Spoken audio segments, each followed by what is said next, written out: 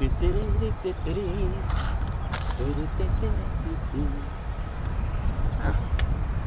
good afternoon, ladies, gents, teddy bears. Welcome to RAF Marham. A little later start than normal. This is our first signs of any activity, so all is good. Been a while since we've been to Marham, but here we are. Welcome to the home of the F-35B of the Royal Air Force and Royal Navy, ladies, gents and teddy bears, with so much history here at Marham, dating all the way back to 1916. Oh yes.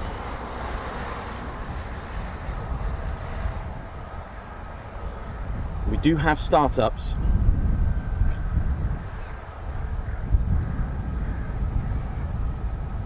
Welcome to the show.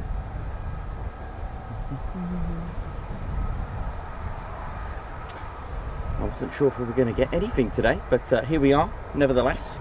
Welcome to the show, ladies, gents and teddy bears. So this F-35B has just been doing a ground run, but we do have F-35Bs that are actually started up. So welcome to the show, welcome to the Ted Coningsby channel. And well, here we are. And you do need a bit of luck when you come to Marham. I know it's not going to be as busy as the other stations, but you can be surprised. This is our very first movement of, or signs of potential movement, shall I say, correction. And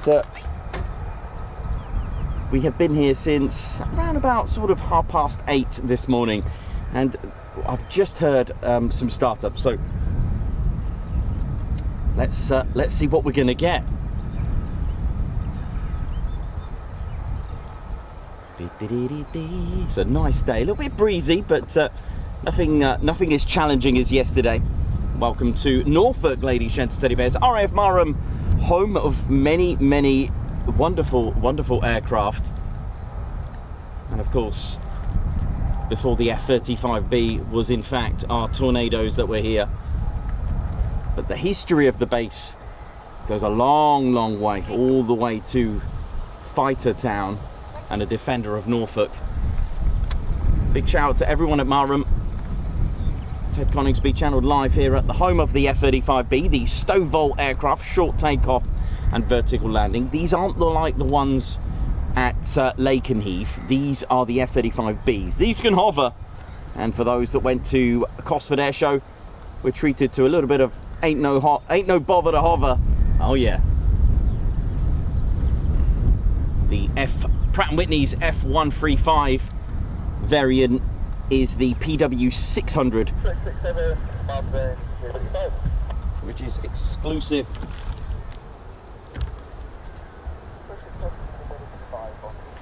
is exclusive to the F-35B.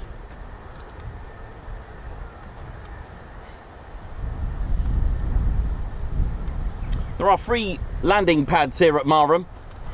They are big, they're not small. They're about 67 meters by 67. By no means small.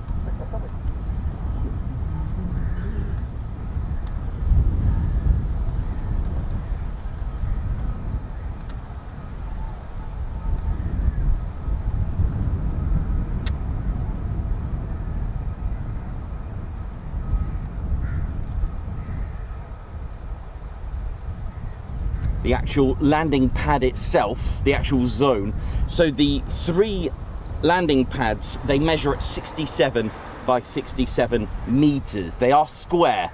When I was first starting to talk about the landing pads, I just had this vision that they were in fact round, but they're actually square. But the actual central landing area is 30.5 meters by 30.5 meters.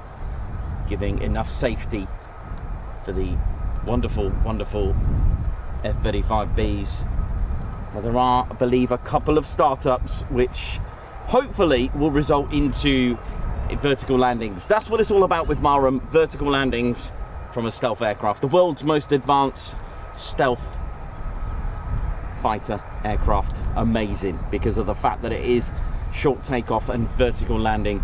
It is amazing. Now, I do get asked this quite a lot. Can it actually take off vertically? The answer is it can, but they don't, because of the weight of the aircraft. It's huge. The engine is just short of double the size of a standard F135 engine, so it is quite a heavier version. So the engine is just short of around 9.5 meters or thereabouts. It is impressive. That's quite big if you think about it, but we'll talk to you about the engine in just a moment.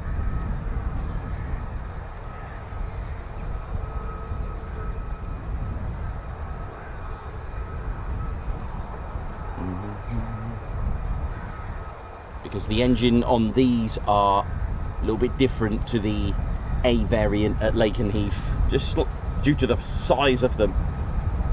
So just to give you a perspective, the length of an F-35A's engine, the PW100 variant, is 220 inches. That's 5.59 meters, right? Well, the PW600 sits in at 369 inches. That's just it's about 9.37 meters. That's impressive. That's just short of double the size, right?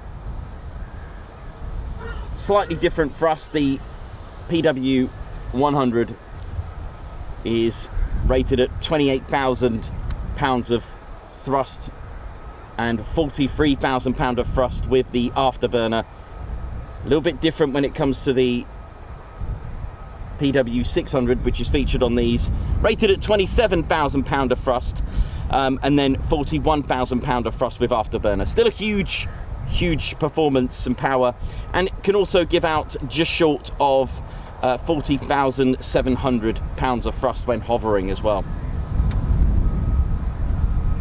When power lifted, it's got a compression rate at 26:1, which is amazing. Standard it's 28:1. So if you imagine our EJ200 engines fitted on the Typhoon, they compress air at 26:1. This is 28 conventional and 29 when it uses the power lift. It is a Pratt & Whitney engine, but of course it's down to Rolls-Royce engineering and Rolls-Royce components that make up the integral core which keeps and makes this aircraft hover.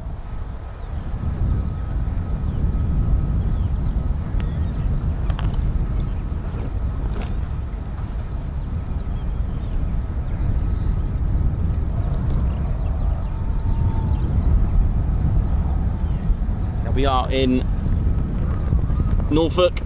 Ted, Squadron Leader Ted Coningsby, flying Mike Hudson's flag. The Norfolk flag.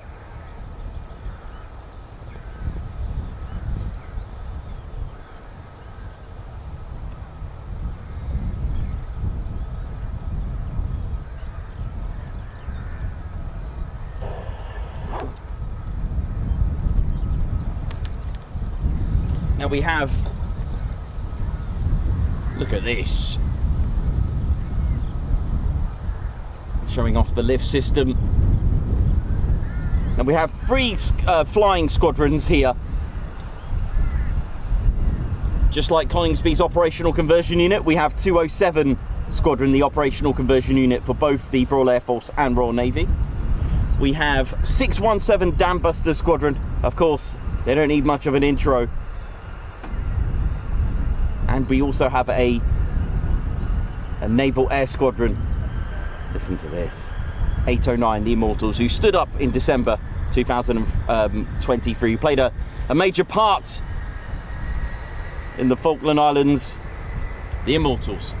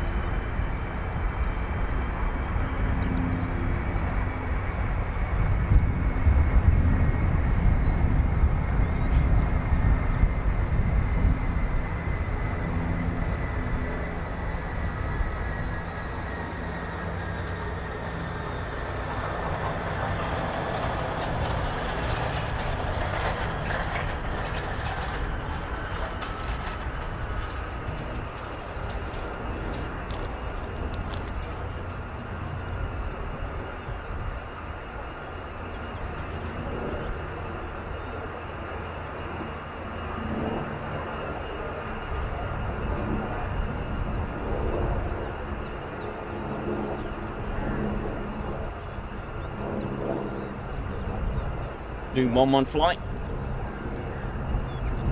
Ready to taxi.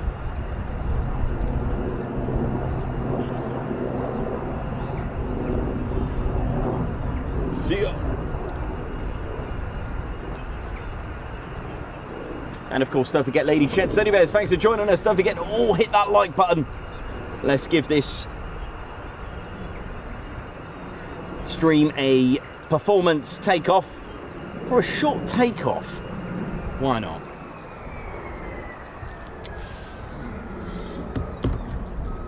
Let's give it a short takeoff. Let's go. Let's ride. Right, we got taxiing F-35Bs of 207 Squadron, the operational conversion unit.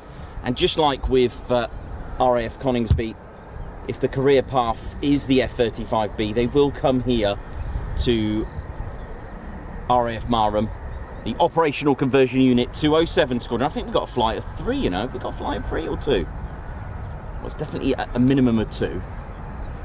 So this is where they come. So once they've passed the pilot has passed their fast jet training, advanced flying training, and got their wings after a 1.5 years of flying the Hawk T2, if their frontline career is tuned to the F-35B, they will come here and fly with 207 Squadron, which is the operational conversion unit, and for both the Royal Air Force and the Royal Navy as well. Call sign Doom.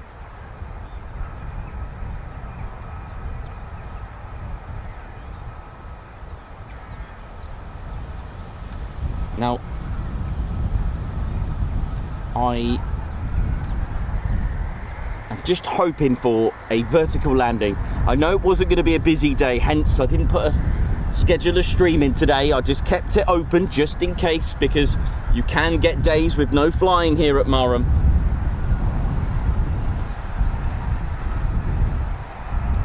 So just having something on our screens, the F-35B, it's all good. Good to go.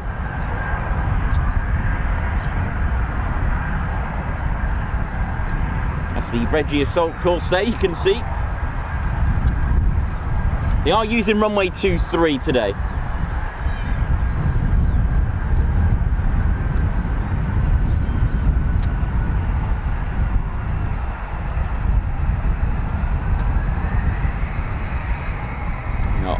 Ultimately, this could be it for the day, just 2. But we'll take that. It's better than 0. And if we get vertical landings, they're like the performance takeoffs. You know, we go to Lake and Eve on Fridays to see the quick climbs. Well, here it's really all about the hovering, because it ain't no bother to hover for these.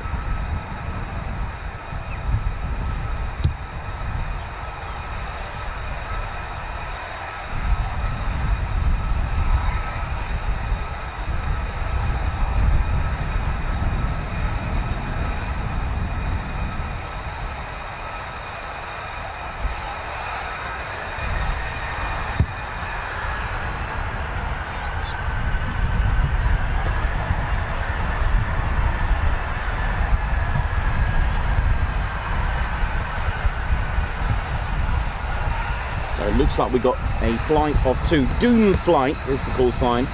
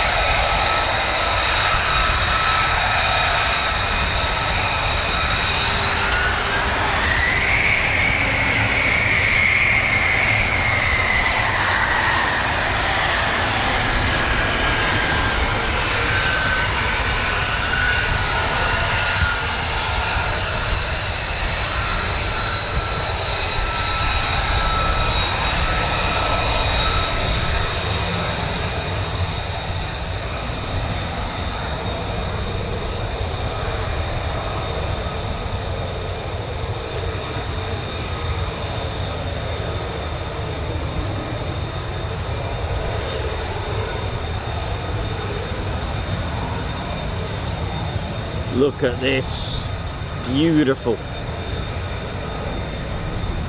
You see the different colour there, the tape, the radar absorbing tape to the radar absorbing material, the special tape absorbing frequencies 0.1 megahertz right up to 6 gigahertz. They've got special iron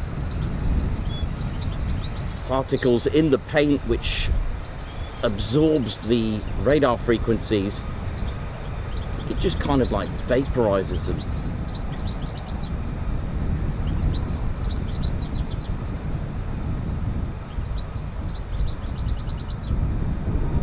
So Rolls-Royce components, which will talk you through them with our F-35B model, ladies, gents and teddy bears.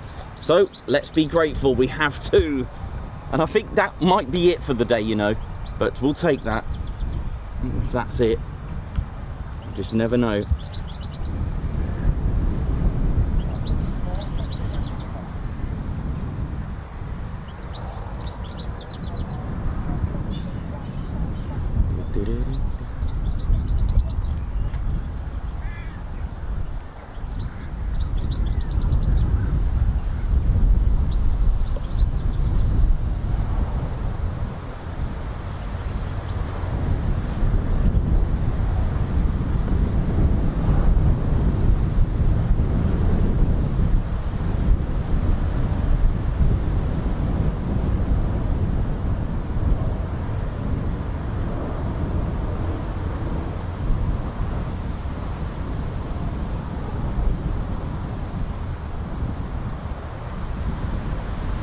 Welcome to RAF Marham. My name's Nikos, cameraman, historian and commentator, and you're tuned into the Ted Coningsby channel live here in sunny Norfolk. Now there are pros and cons about being in this spot. Here we go.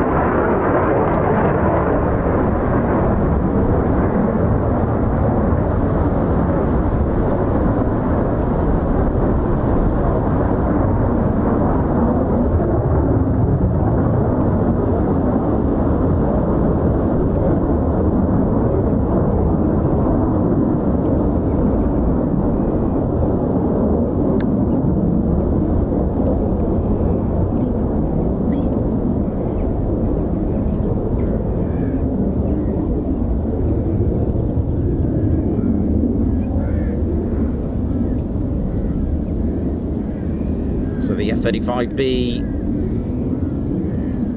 that we saw at Cosford, this is where they're based, the only station to operate the F-35B in Britain.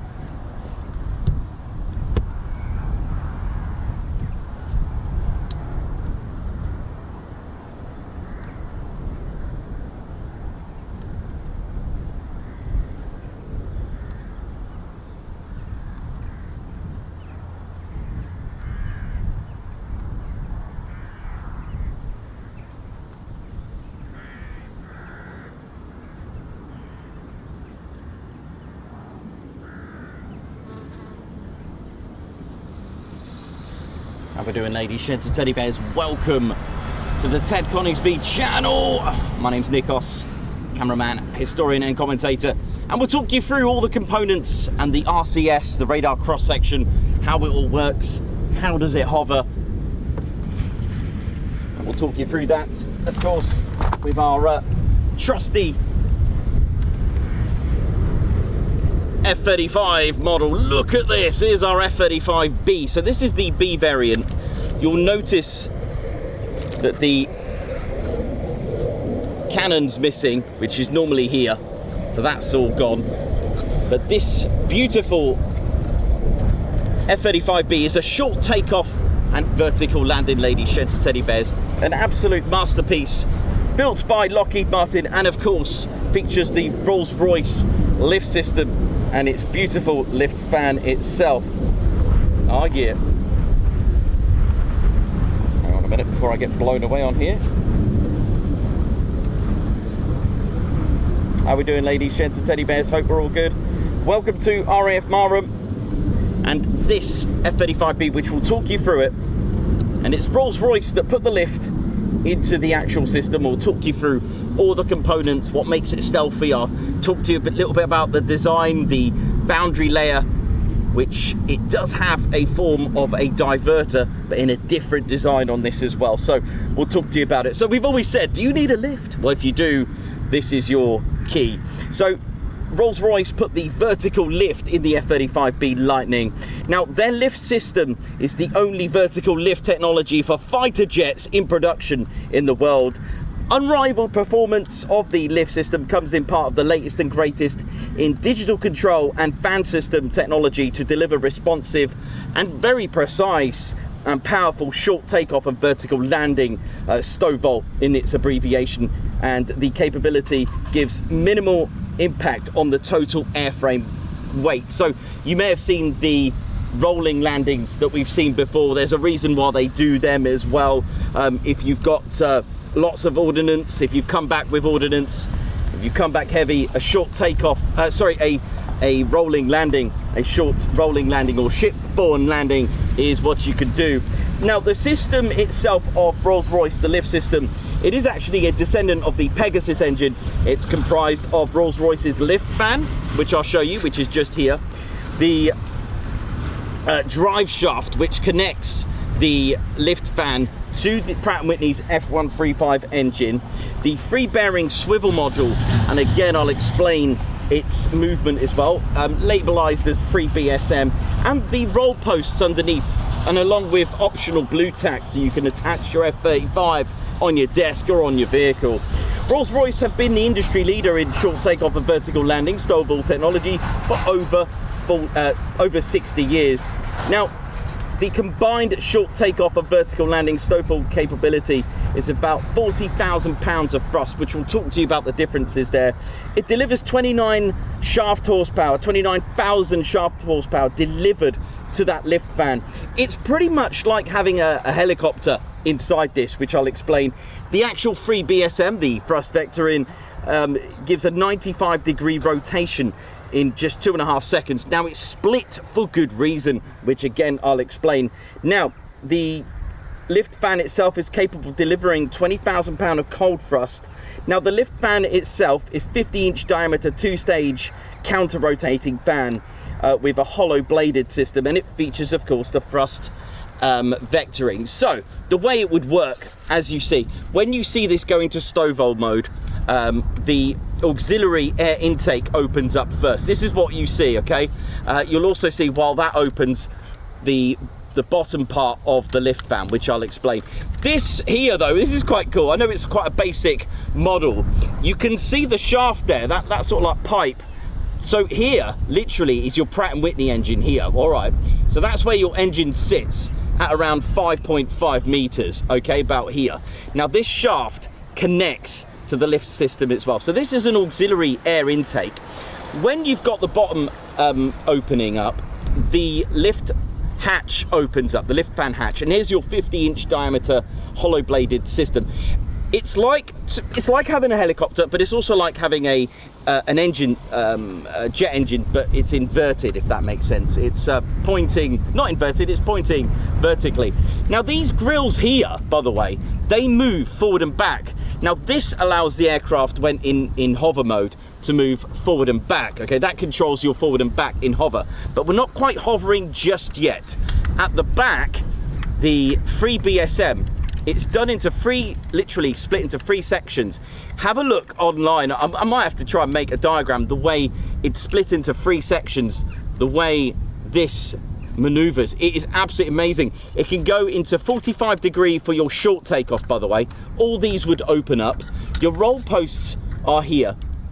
Now the 56-to-1 bypass air can be used to control the roll posts here. Now the roll posts just under the landing gear can pitch to the left and to the right, can bank left to right in hover mode. You've got your grills under here. It is absolutely amazing. Now all these components, remember I said about RCS, you want to confuse the radar, you want to keep a lower radar cross section. Where there's heat, it's radar thinks that's neat where there's heat. So all these serrations, all these jagged edges, look, have a look how much of the jagged edges, and it's done this for good reason, which I'll explain about radar cross section. Can the F-35B hover without the landing gear down? Yes, it can. It can hover without it. It doesn't need it. You see that at air shows, you see that coming into land, because that's precautionary. For air shows, it's basically a safety. For coming into land, well, you won't be able to land without your landing gear, right? So it has to do that, but it can hover without it. You can have a slow, low approach in STOVL mode.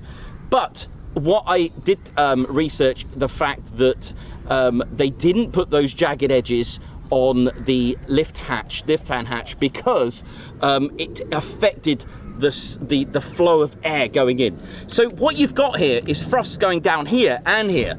All right, so you've got 2 lots of thrust pushing down, which gives you a pleasant hover. So there you go, that's our Rolls-Royce lift system. All right, so what you've got then to make it stealthy as well, like I said, you've got it's all about radar cross section. I've spoken about this before. My voice, treat that like a radar. All right, that's how radar would work. Okay, it's like radio waves. So if you shouted at, let me just turn this up a little bit. So if you were in a cave, you hear your voice come back, right, like an echo. If you were in a canyon, your voice comes back. You know, the return of your voice can distinguish how far you are, or how deep a well is. If you were to shout at it, if you fill a well up with water, when you shout into it, your voice may return quicker or slower. So you can actually distinguish, and that's how radar works. It's radio waves. What it does, it sends a voice, shall we say, a radio frequency to the aircraft, and that's called a radar cross section. How much of that is, I mean, as a human being, we are 1 square meter. A jumbo jet, for example, gives out a radar cross section of 100 meters squared. That's not very good, is it? This about 5 centimeters squared. So that's really impressive, right? That's like a bumblebee sort of size, which, oh no, tennis ball, sorry. I'm thinking of the B2. But anyway, let's talk a little bit more about radar cross section. You want to avoid flat surfaces. You want to avoid 90 degrees receiving, all right? So what this means, it can bounce off and come back if it's any 90 degrees. Any smooth edges, but how about the paint?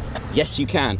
Radar absorbing material, first of all, the paint, Lockheed Martin are painted in paint that can give 0.1 megahertz to 60 gigahertz, which, well, sorry for the S400, that's not going to be able to detect this at all. Again, when the radar is sent to this, the radar absorbing material absorbs the material as much as possible. There's bits of iron in there which absorbs it. I can't remember how it all works. We're not going to get into the physics side. But also with the flat edges, the more flat edges you've got, like a flat surface, the better return signal, the better radar cross section, the higher radar cross section, which is why you've got all these bits here. This is actually special tape, all these serrations. Now I'm going to show you a diagram how radar cross section would work as well. So even down to the landing gear, even down to the back, look at these, all this as well. All the thought, all these serration, these little jagged edges, you know, give back a very slow, low radar cross section. So you want, your goal is as a stealth aircraft. Don't forget, stealth aircraft are not invisible, but the main purpose is to try to give back a small radar cross section, make it look like a, so this is basically a tennis ball. Now why would you be looking at a tennis ball? Why would you be looking for a size of a tennis ball? With the B2 it's about the size of a bumblebee, which is absolutely amazing. The other thing is, well, the remember we spoke about the nose as well. Now you probably think, you know, having a round, perfectly round nose is going to bounce off the signal. Wrong. It actually can take it all the way back and bring it back to the sender. So this is why stealth fighters have this ridge on here, all right, to bounce away the radar signals. Now this is why it goes all the way to the intake. Why? Because of the boundary layer. Boundary layer, it's that layer that creates drag and can be very bad for an engine because you're creating different pressure. Now on the Typhoon, it's got the diverter, right? It's got that little scoop just separating the intakes to the actual bottom of the fuselage. They did a really clever design on the F-35, these bulges here. Just on the inside, it's enough to stop the boundary layer, which is basically like drag. Now, just those bulges alone stop that from happening. And should you get heat created from there, that's what the purpose is for the ridge as well, to bounce off the signal. So I did an experiment where I poured water on my flask. You'd think that the water would just go off the edges. Wrong. Air is like fluid, so it sticks to the bottom of it. That's what air would do here, it would stick. Now that air would cause a different air pressure, and by the time it hits your engine, especially on a you know, huge turbofan, if you're going to have two different pressures, high pressure and low pressure, hitting your turbofan, it's going to cause major issues to your engine. So you can either have what the Typhoon does, that splitter bridge, that little division, that divider between the bottom of the fuselage to the intakes. All right, because of course having intakes on the bottom of your fuselage isn't the best for a lower radar cross section. So they've actually just come up with this little bulge, and they actually made a prototype for the F-16. They actually made one with a bulge, but it didn't. They didn't go ahead with that. So that bulge actually stops the boundary layer from happening. So it's enough to stop that from happening, which is, well, if it works, right? Which is really clever.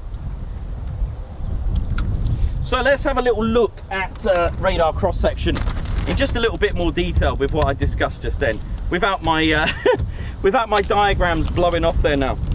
Tell you what, I'll show you first. So if my voice was on a flat surface, yeah, sorry about the diagrams here, this is going to get blown away. So the purpose of the diagram here is to show you like a flat surface. Let's see if I can do this without getting it all blown away. So there's your flat surface, the radar going, hello, are you there? Yeah, I'm here, I'm fine. So that's a really bad radar cross section. Now this is all those serrations, look, on the F-35, all these little jagged edges. So hello, are you there? Don't know where you're going. So the radar's the radar gets it all scattered, it absorbs it, and that's the purpose of the tape as well, to absorb most of the radio waves that's been sent by enemy radar. Now if I show you, I'm going to show you some of the diagrams if I've got them. Apologies for the flapping. If I'm going to show you some of this at work. Now there's the nose, that's the front of a nose. So radar going, hello, are you there? Now you normally think a round nose will just make the radar radio waves bounce away, but no, it can actually go all the way around, which is why the F-35 and like the F-22 and other stealth fighters, they've got a ridge that stops this from happening. 90-degree angle, again, hello, are you there? Yeah, fine, nice one. Again, not very good, and we spoke about the boundary layer and the problems that it can cause as well. So there you go, some very clever things there with that in mind. Well, there you go, just a little bit of insight into radar cross section. So that's what it's all about, RCS, radar cross section. That's how it'll work. And remember, stealth aircraft are not invisible, they just give a different reading back to the sender, so to speak. So hope that made a little bit of sense.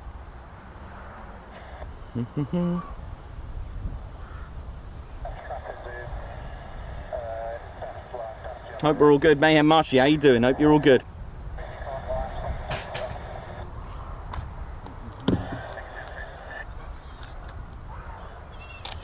Aspen,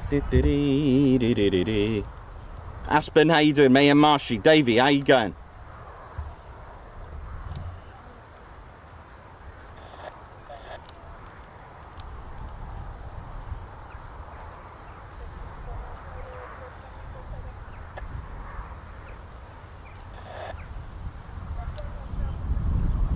Hello, how you doing, mate? You accosted, how you doing as well?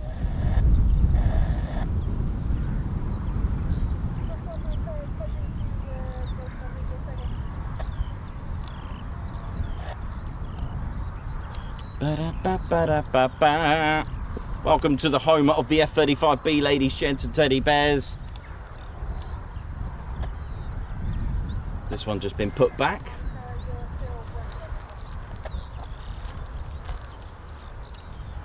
Well, I hope you enjoyed that. Just a little bit of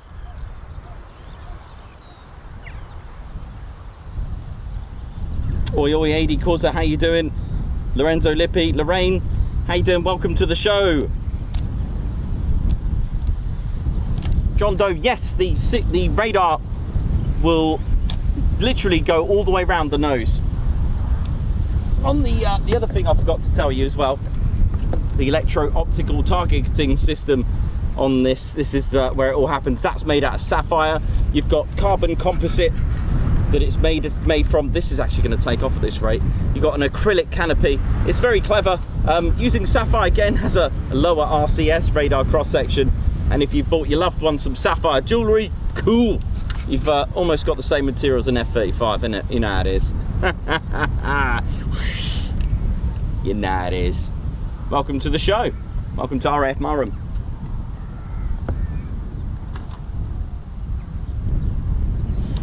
Lovely.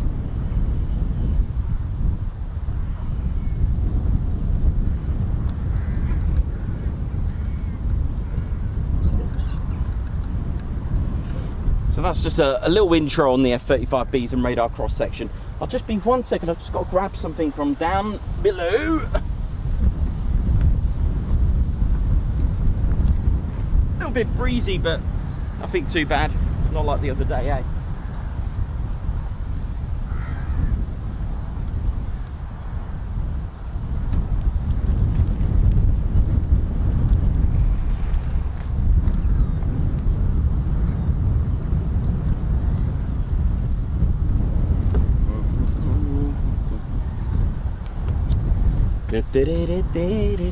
So yeah, that's my prediction for the day. It's just the two today, but if we get anything else, it's always a bonus. I've always said that, so hang on there,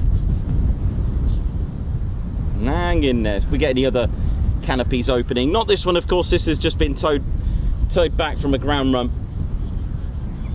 which is pretty cool. It's always nice. I've missed Marham, but it's a little bit on the quieter side at the moment. But you can get busy days, so it's always worth a bit of potluck. My prediction today is just the two, but what we're hoping for is to see vertical landings, because there are of course indeed pros and cons about being here in this spot where I'm at. If it's landings that you want, so if there's any visiting aircraft, my recommendation, and probably for myself, is to go to right sort of almost parallel with the runway approach on Chalk Lane. That's my recommendation. But on takeoffs, you get the last part of the takeoff if they're using 2-3. I'd love it if they were using 0-1 and 1-9. They are it is still active. 0-1. It's made out of different material. I can't remember if it's made out of asphalt for training as well. Perfect for training. I can't remember which way round it is, but it is made of different material. 0-1 and 1-9. This runway here, literally. That one there, as you can see. But there we go.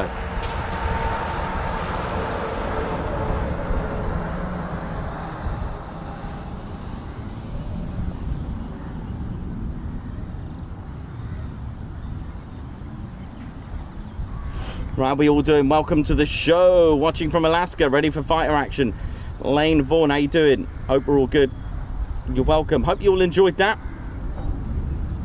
I'll do my best to answer any questions regarding the F-35 of course, of what I know and what the public know, I guess, because of course it is, you know, a very special advanced aircraft, where of course a lot of the components, especially the interior, is classified.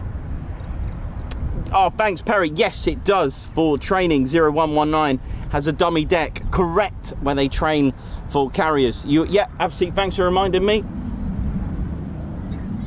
Alex, Black Cat, Mayhem Marshy, how you all doing?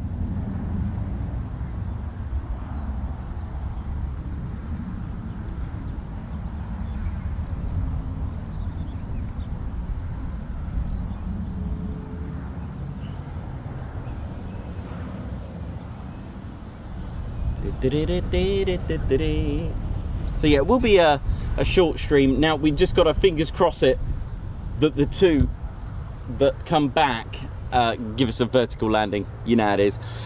The other pros and cons, if they're using 05, which is the runway, just if they're going from left to right, you'll get all the takeoff, the first part, and then you will get obstructed view from the trees. Okay, so but you'll get them nicely landing. That's the thing. So if they're using 2-3, literally like we just seen, you'll miss the very first bit of the takeoff. So short takeoffs aren't going to be very good.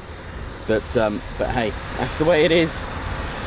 Take the rough with the smooth.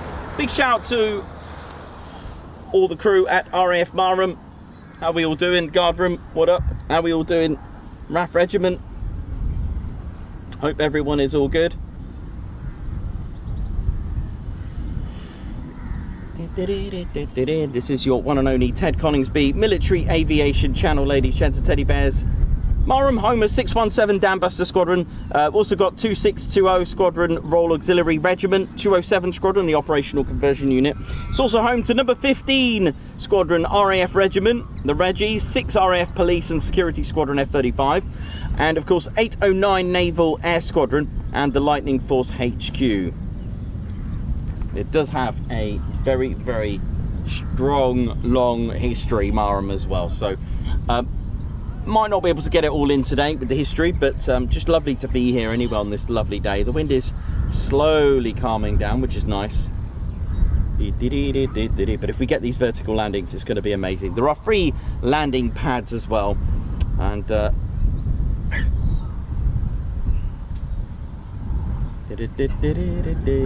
Daniel G, how you doing? Hope you're all good.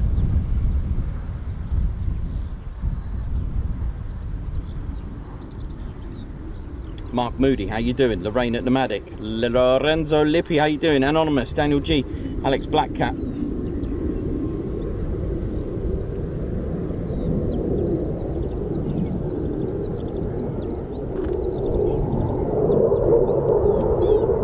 Fighters in the sky, but they're not visible in this bright light at the minute.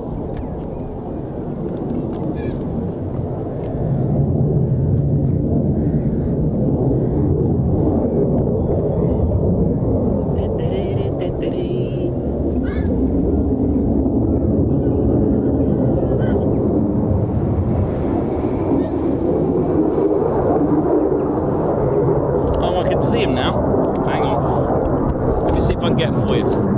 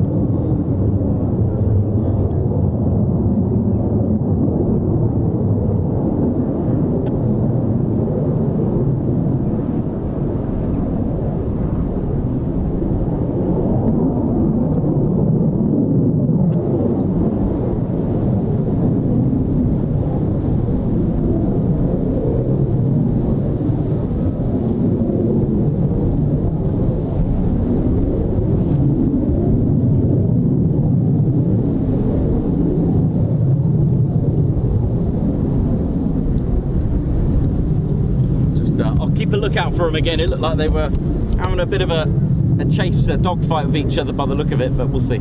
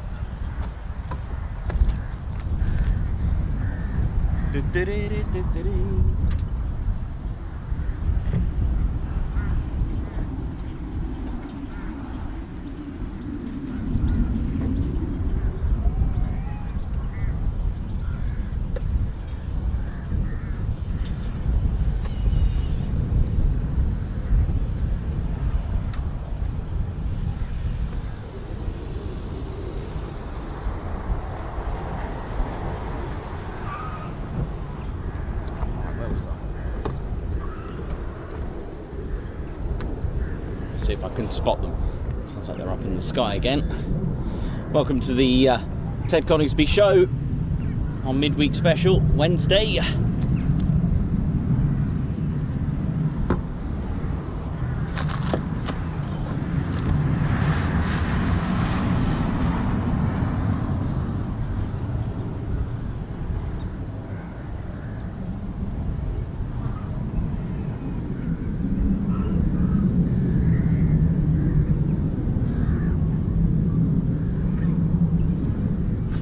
Very good afternoon, good evening, good day, good morning, wherever you're watching from in the world. Welcome to the Ted Coningsby channel.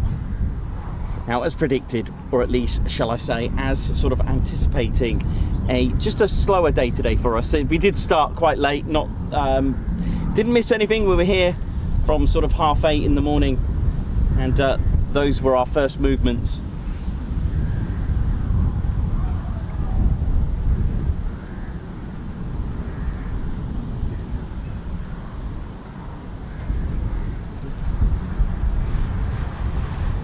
Chilled out vibe here at Marham.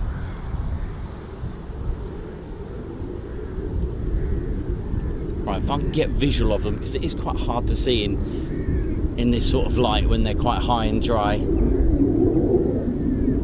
No, that's a bird.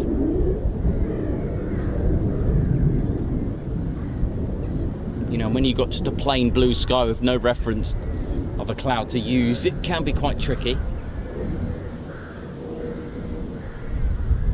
Just waiting for like a little sparkle from the canopy or something.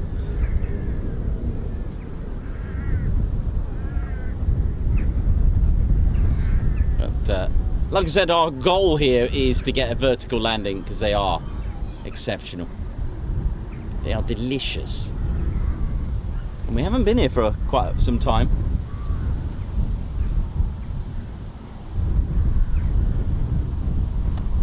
I'd like to think it was April the last time we were here. But, there we go.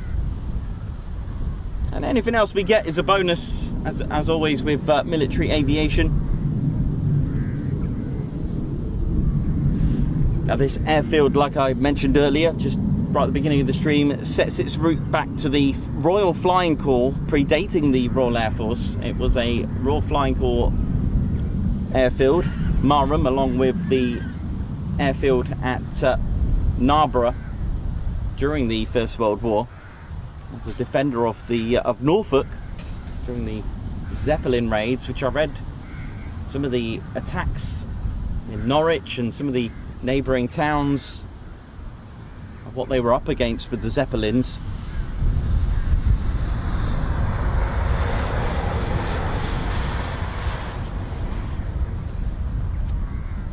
Actually, I'll show you if I got it.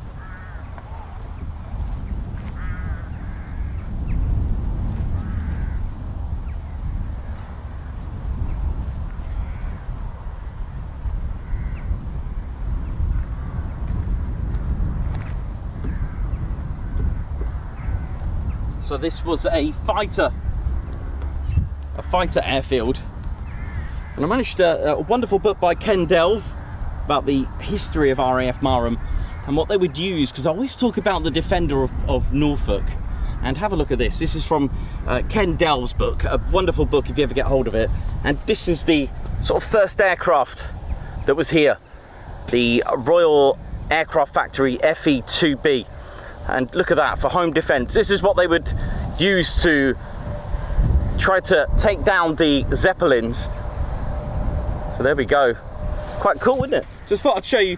Obviously quite rare to get hold of a die-cast version.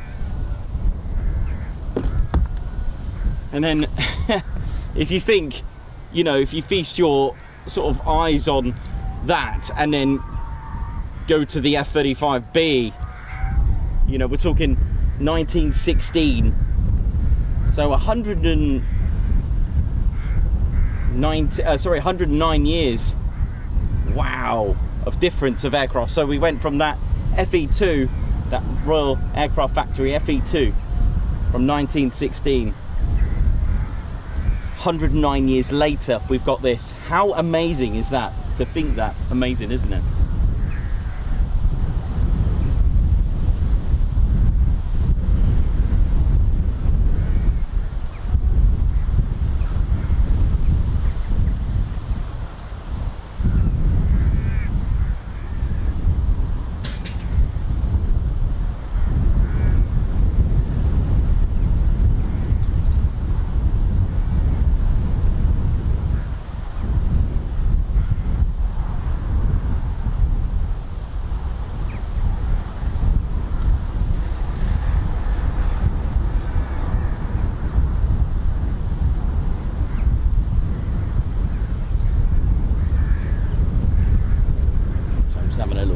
See if I can spot the F-35s. They are in the area, they're not too far away.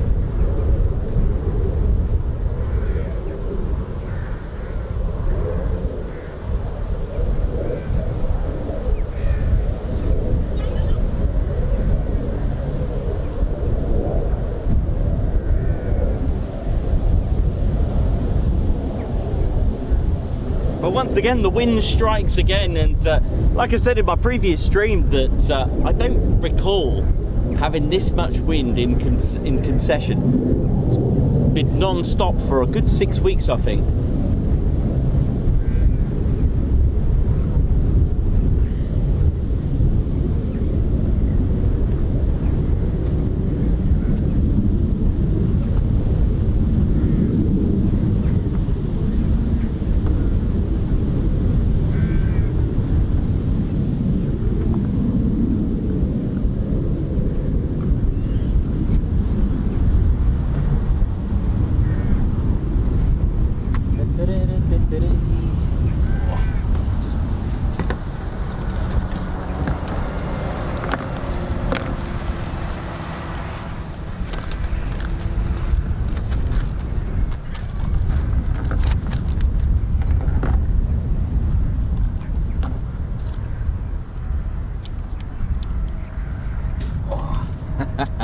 Just trying to hang in there. It's absolutely windy. It's so crazy.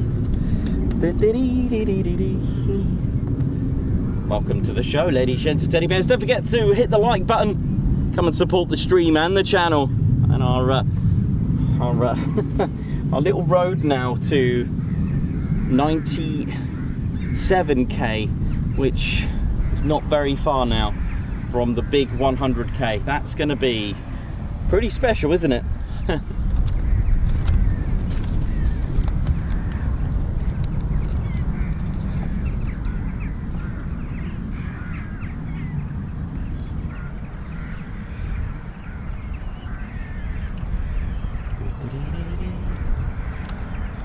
So yeah, the work, I'd say, it looks complete.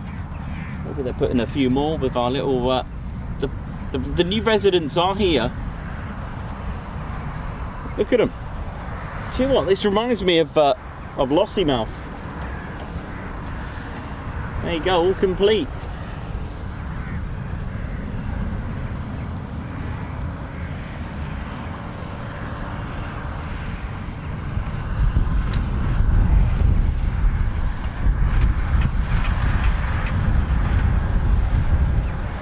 Mark Moody, thank you. Yeah, it's going to be, we are very close. We are very close to 100k, very close.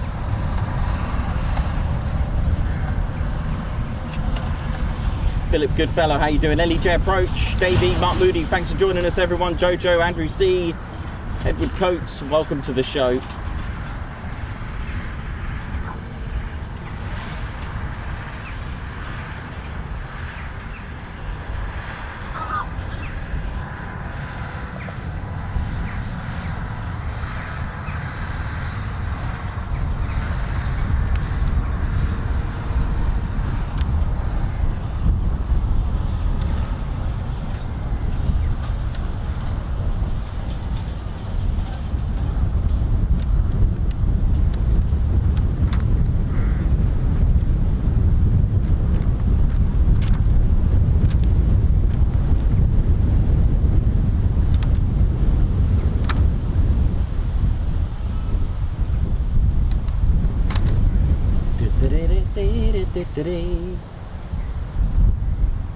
How we all doing?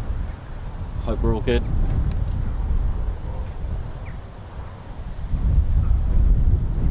So RAF Marham's history,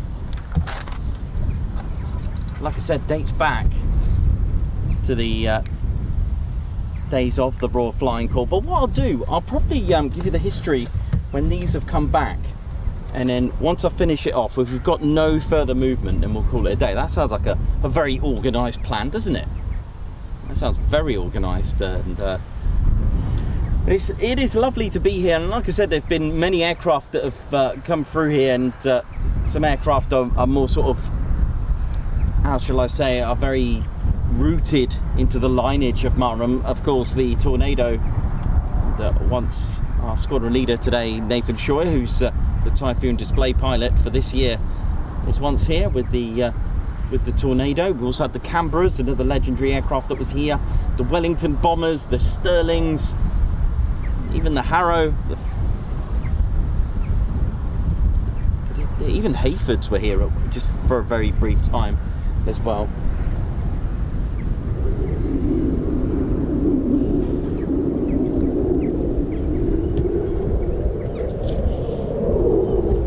See one of them, but this is going to be a little bit painful with that.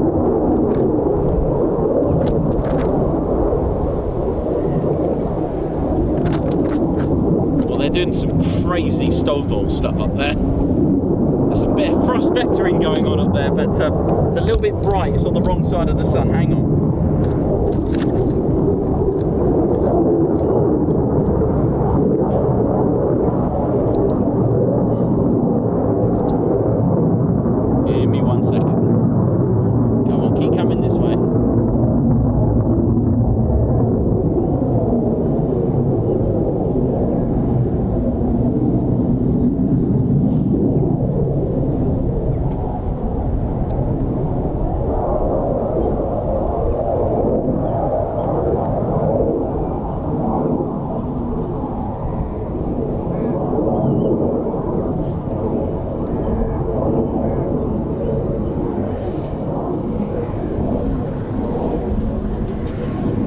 Being an operational conversion unit, it does look like they're doing aerial combat, and just like with 29 Squadron, the student pilot is required to get a lock on their qualified flying instructor, and of course potentially on the reverse of that, playing in defense mode as well. Lots of air-to-air and aerial combat scenarios. Of course, it is all front line.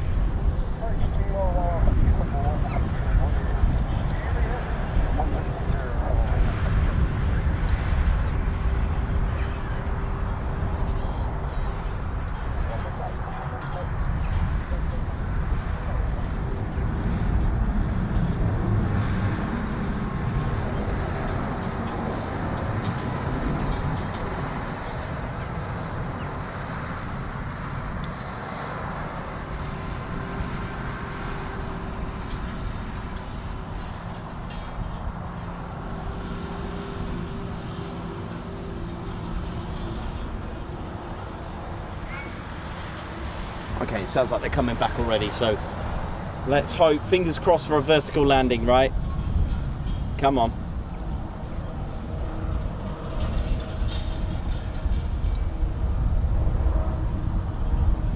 They are about to come back, so let's see.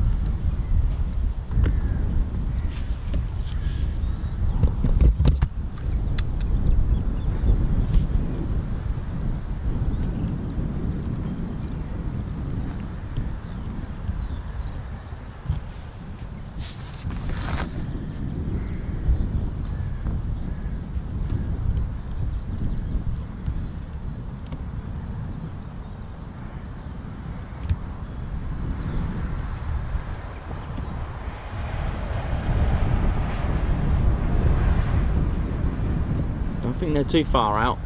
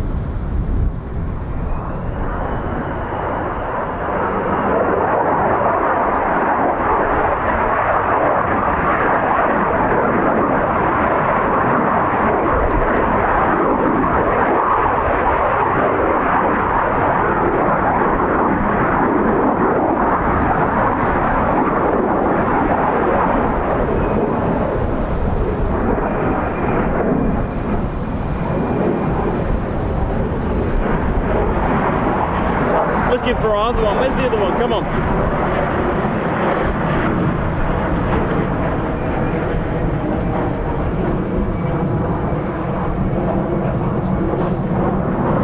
Oh, the other one's here.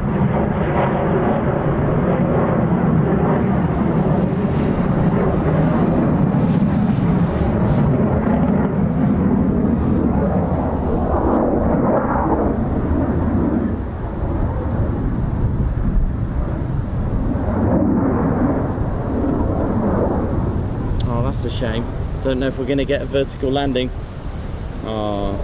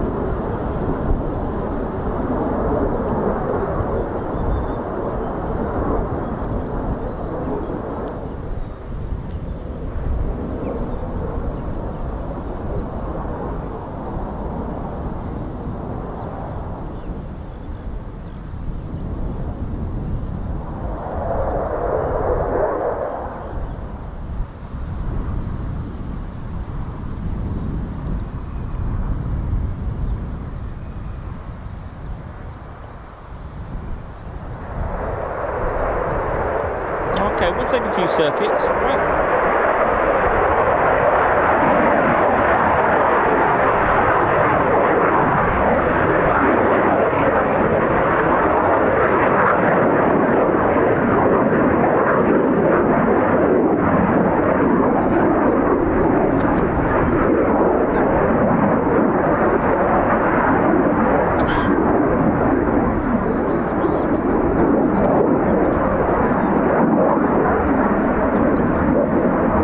Looks good.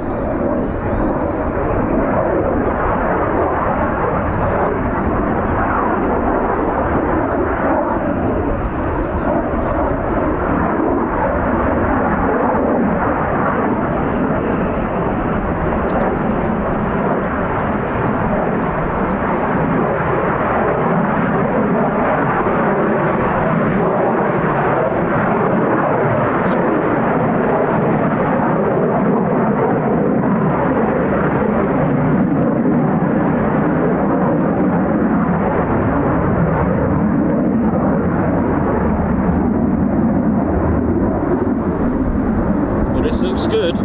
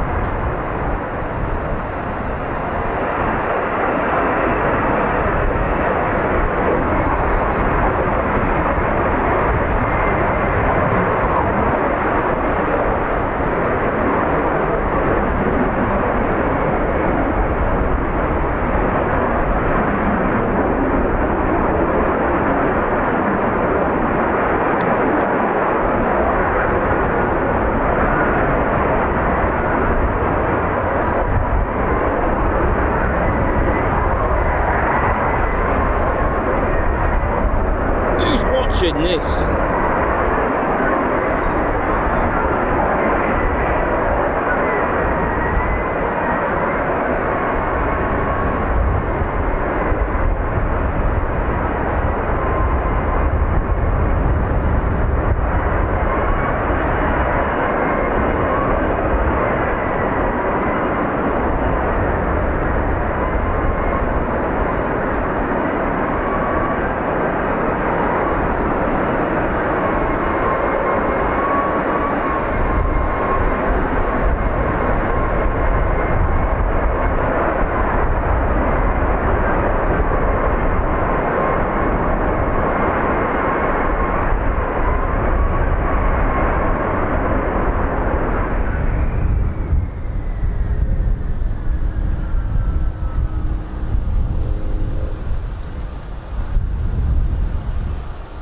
Remarkable. Absolute ingenuity and feat of engineering right there.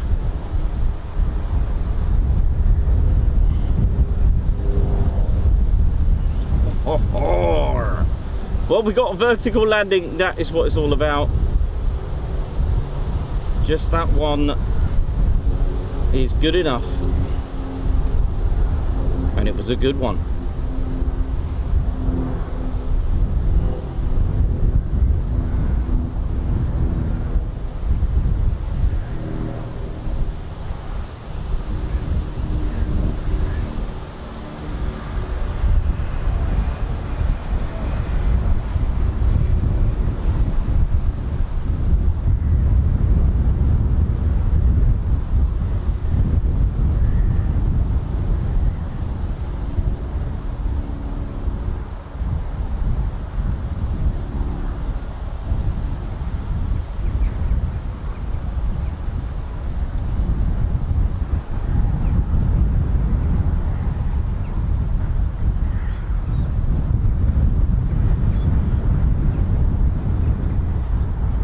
207 Squadron there, Doom Flight, Doom 11, RTB.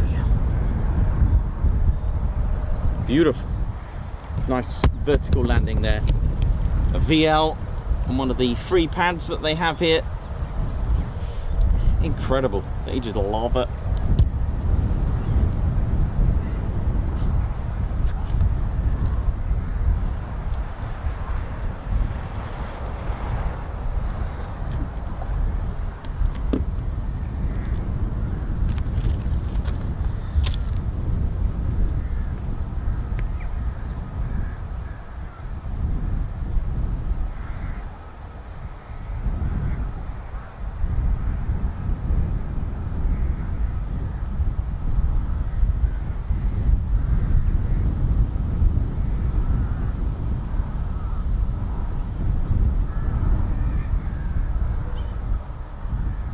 So for those that have seen this only at air shows, you get to have exclusive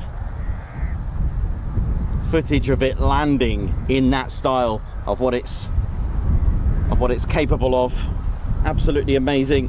Hope you all enjoyed it. It was just that one. This could be it for the day. Like I said, what I'm going to do, my plan is to give you the history of the base and the place, and if by then there are no further movements, then we will call that a day, because I think that could potentially be it.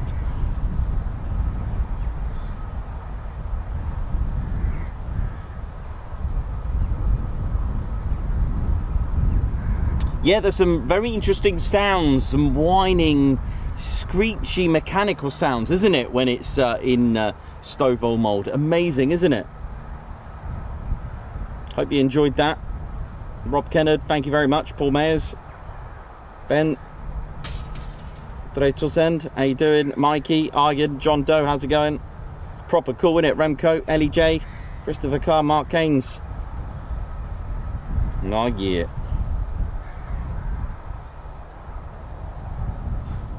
So Wayne Scott, oi oi Ted, I sat with my breath held as I watched in utter amazement as that Super F-35B came in and land vertically to a gentle touchdown. I'm literally blown away with the technology. Thanks, Ted. You're most welcome.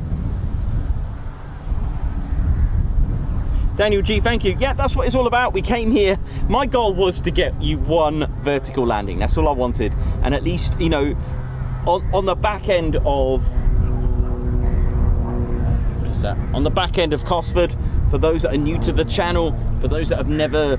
that don't know what the channel's all about, this is a perfect way to show you what we, you know, as a channel, love to mix it up. Oh, taking risks, because that's what it's all about.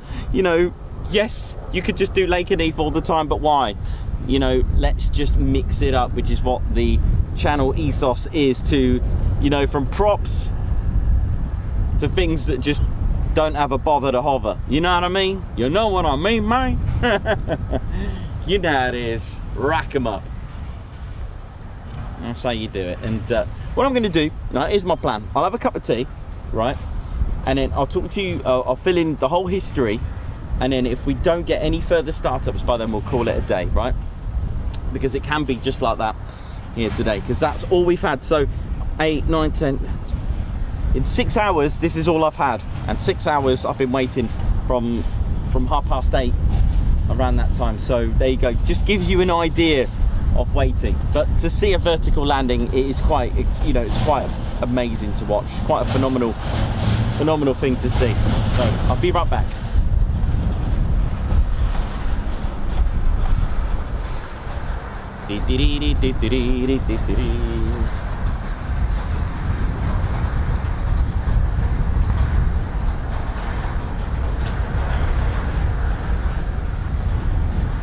Quick cup of tea and then we'll rack it up.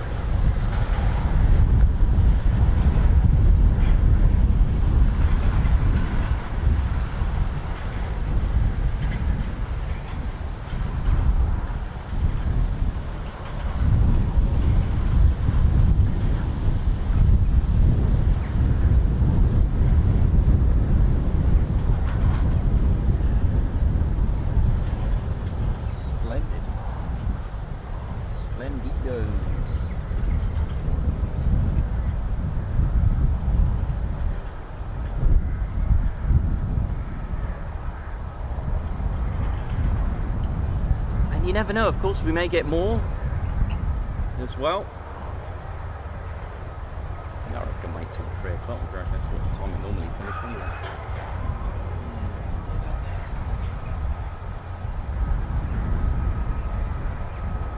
But they are something special, the F-35B. There is no question about it.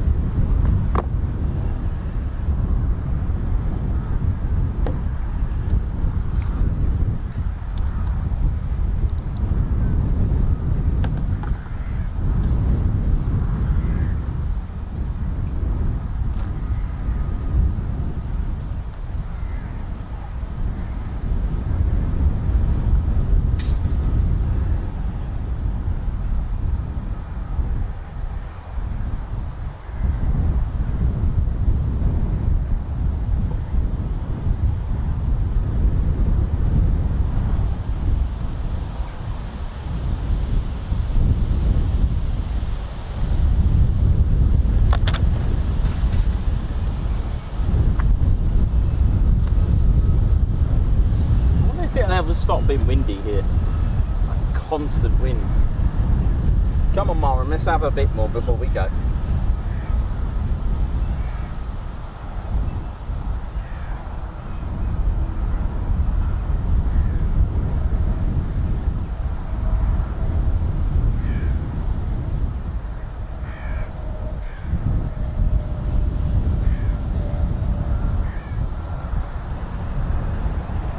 Christopher Carr, good point. Talk history always makes aircraft appear too right.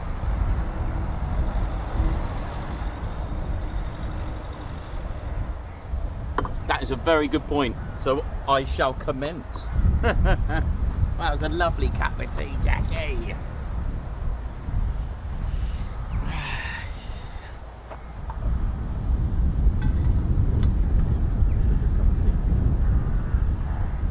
Wearing a t-shirt for a change.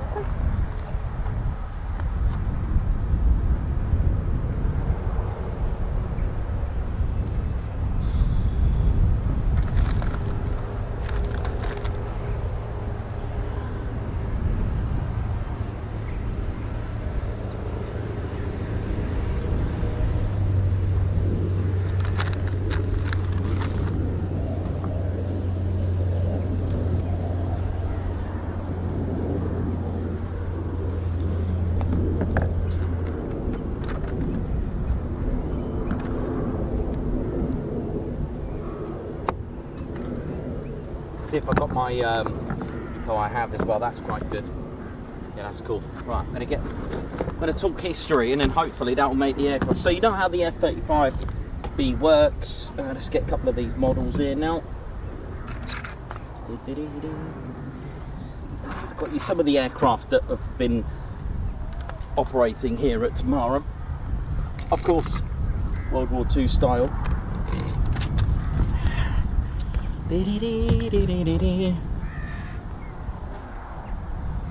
Well, certainly a lovely day. Just get Teddy out.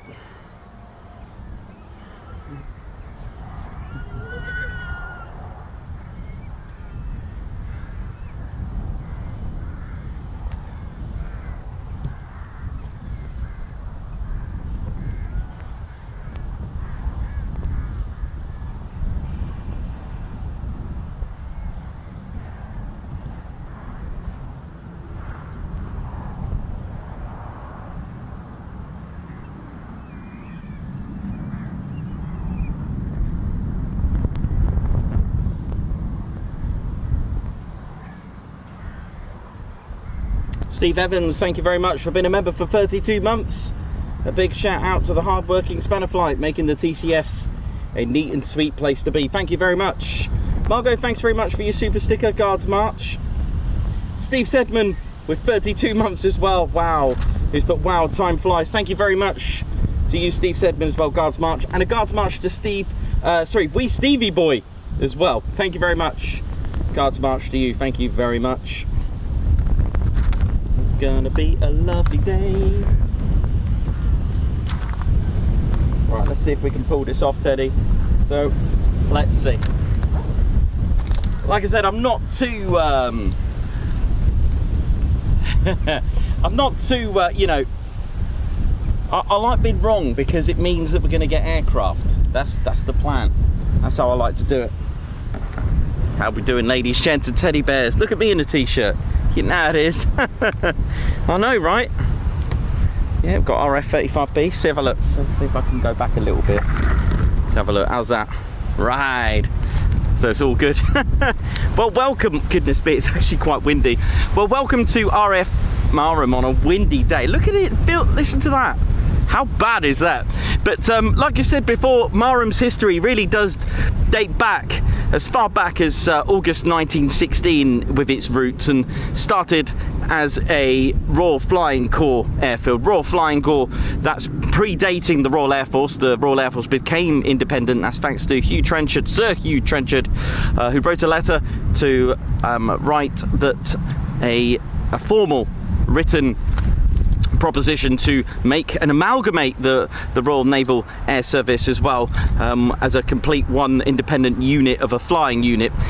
So that was on the 1st of April 1918, but this it was built close to Royal Naval Air Station Narborough, which is just over there, maybe a couple of miles, maybe 3 miles the way the backwards crow flies that way, about that. It's not too far away, but that later of course changed to Royal Air Force Narborough as well. Now Marham was built to defend Norfolk from the Zeppelin raids, those sort of those Hindenburg balloons, those airships, and it was built to defend the Zeppelin raids with the Royal Aircraft Factory FE2Bs, which I showed you. Those quite sort of delicate biplanes, but the aircraft was flown by number 51 Squadron, for example, and aircraft such as the Royal Aircraft FE2B, which I showed you, were flown, a biplane which was really a night bomber.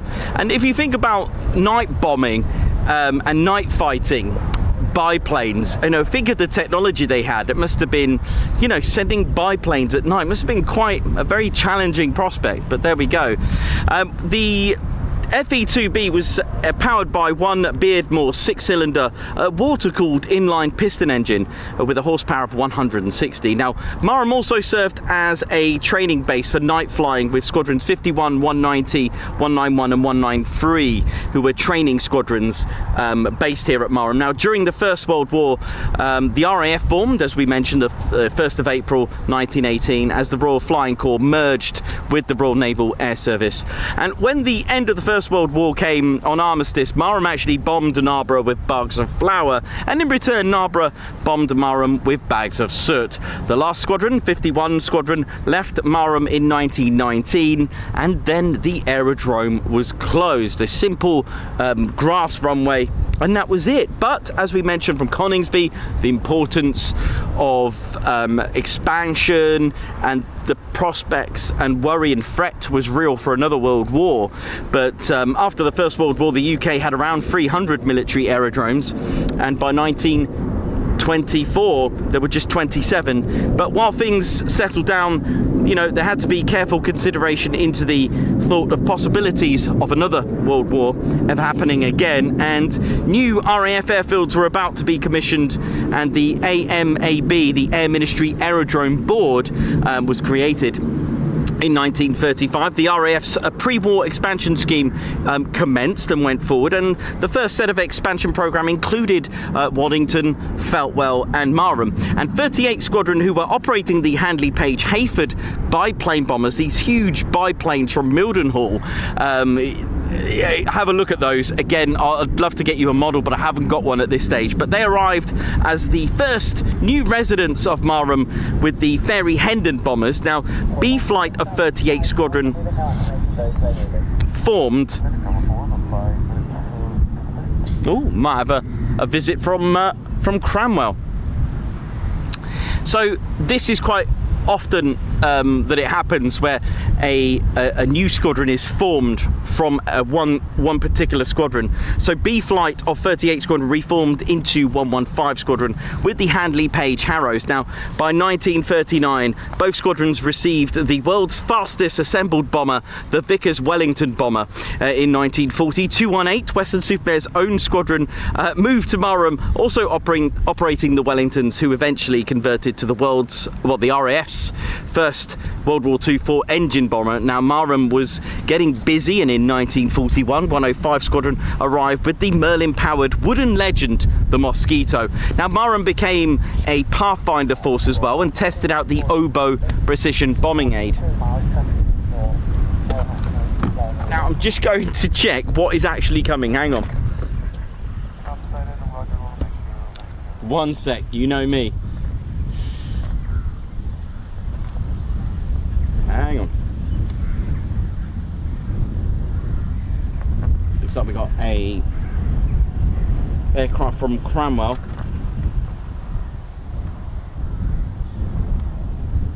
Cranwell 4-1, I've said in Brer Phenom. Also got two Foons not far away as well. 1 second.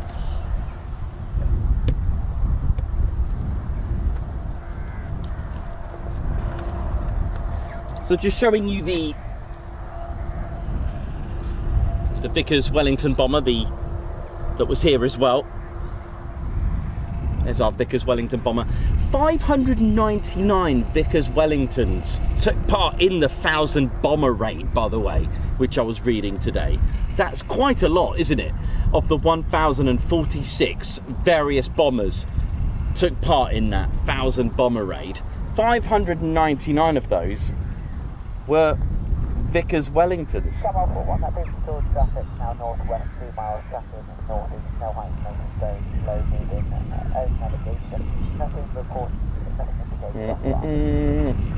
So yeah, this was in the summer of 1942, the raid. It was on the 30th, well, May actually, sorry, 30th to the 31st of May 1942, so not quite summer actually, my bad.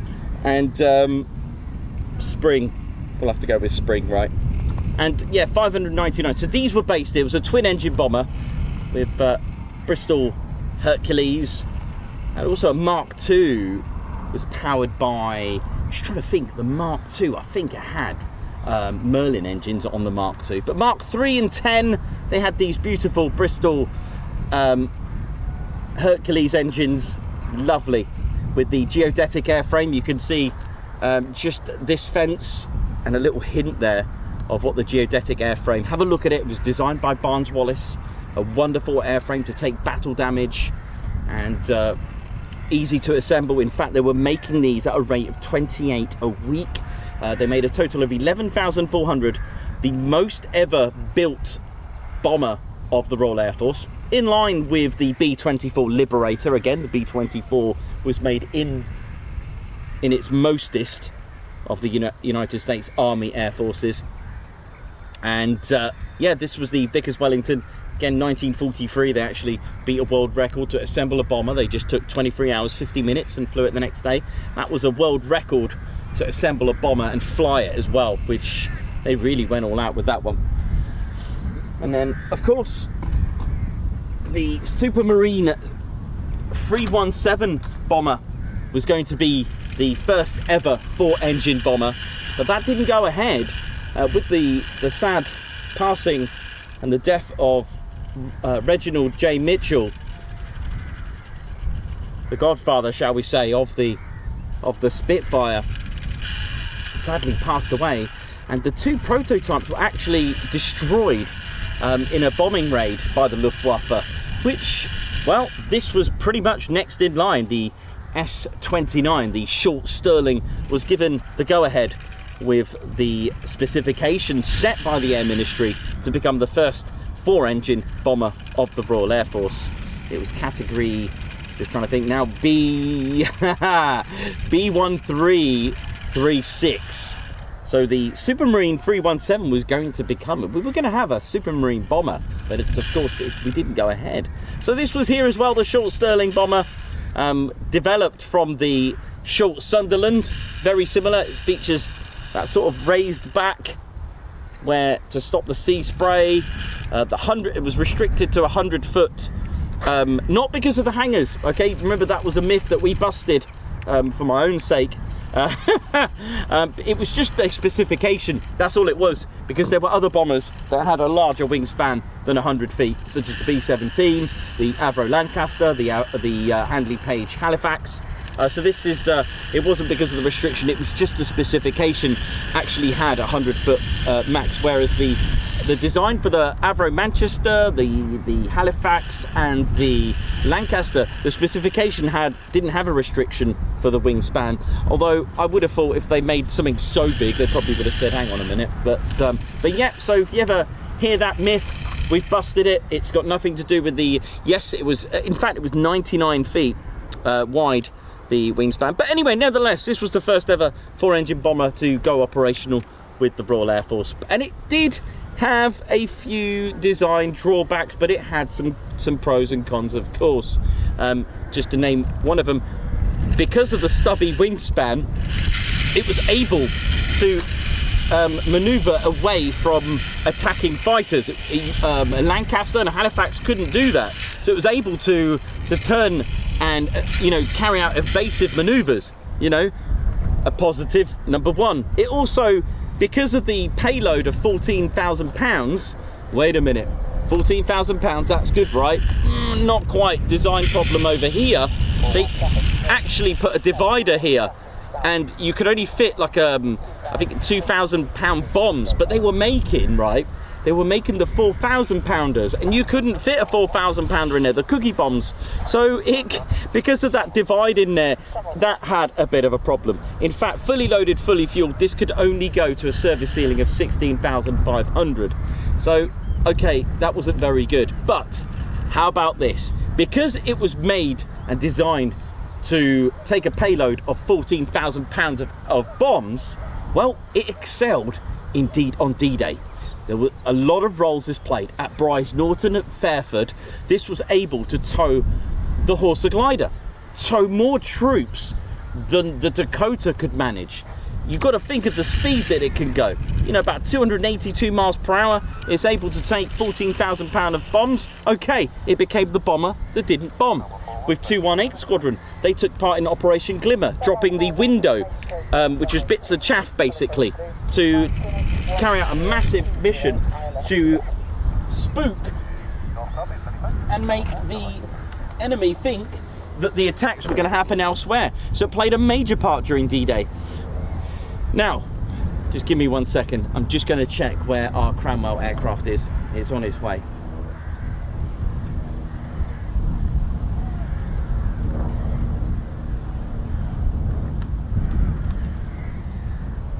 Oh no, maybe not. No, okay, it didn't come in. That's fine. Okay, sorry about that. I'll tell you what I'll do. I'll show you the Mosquito as well. The wooden legend. Look at this, the Mosquito bomber. and I know there's a lot of you that have this as your favourite World War II aircraft. It wasn't quite a bomber, it was really a multi-role aircraft, bit like the I would put it close to the P-38. Would I be wrong in saying probably it's sort of nearest?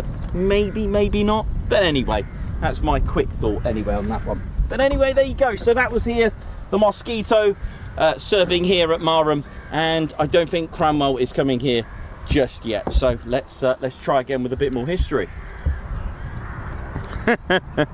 This is funny, isn't it?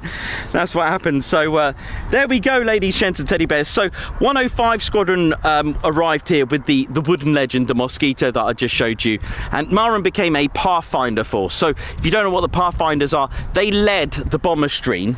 Okay, and what they would do, they would drop like flares using the oboe precision bombing aid.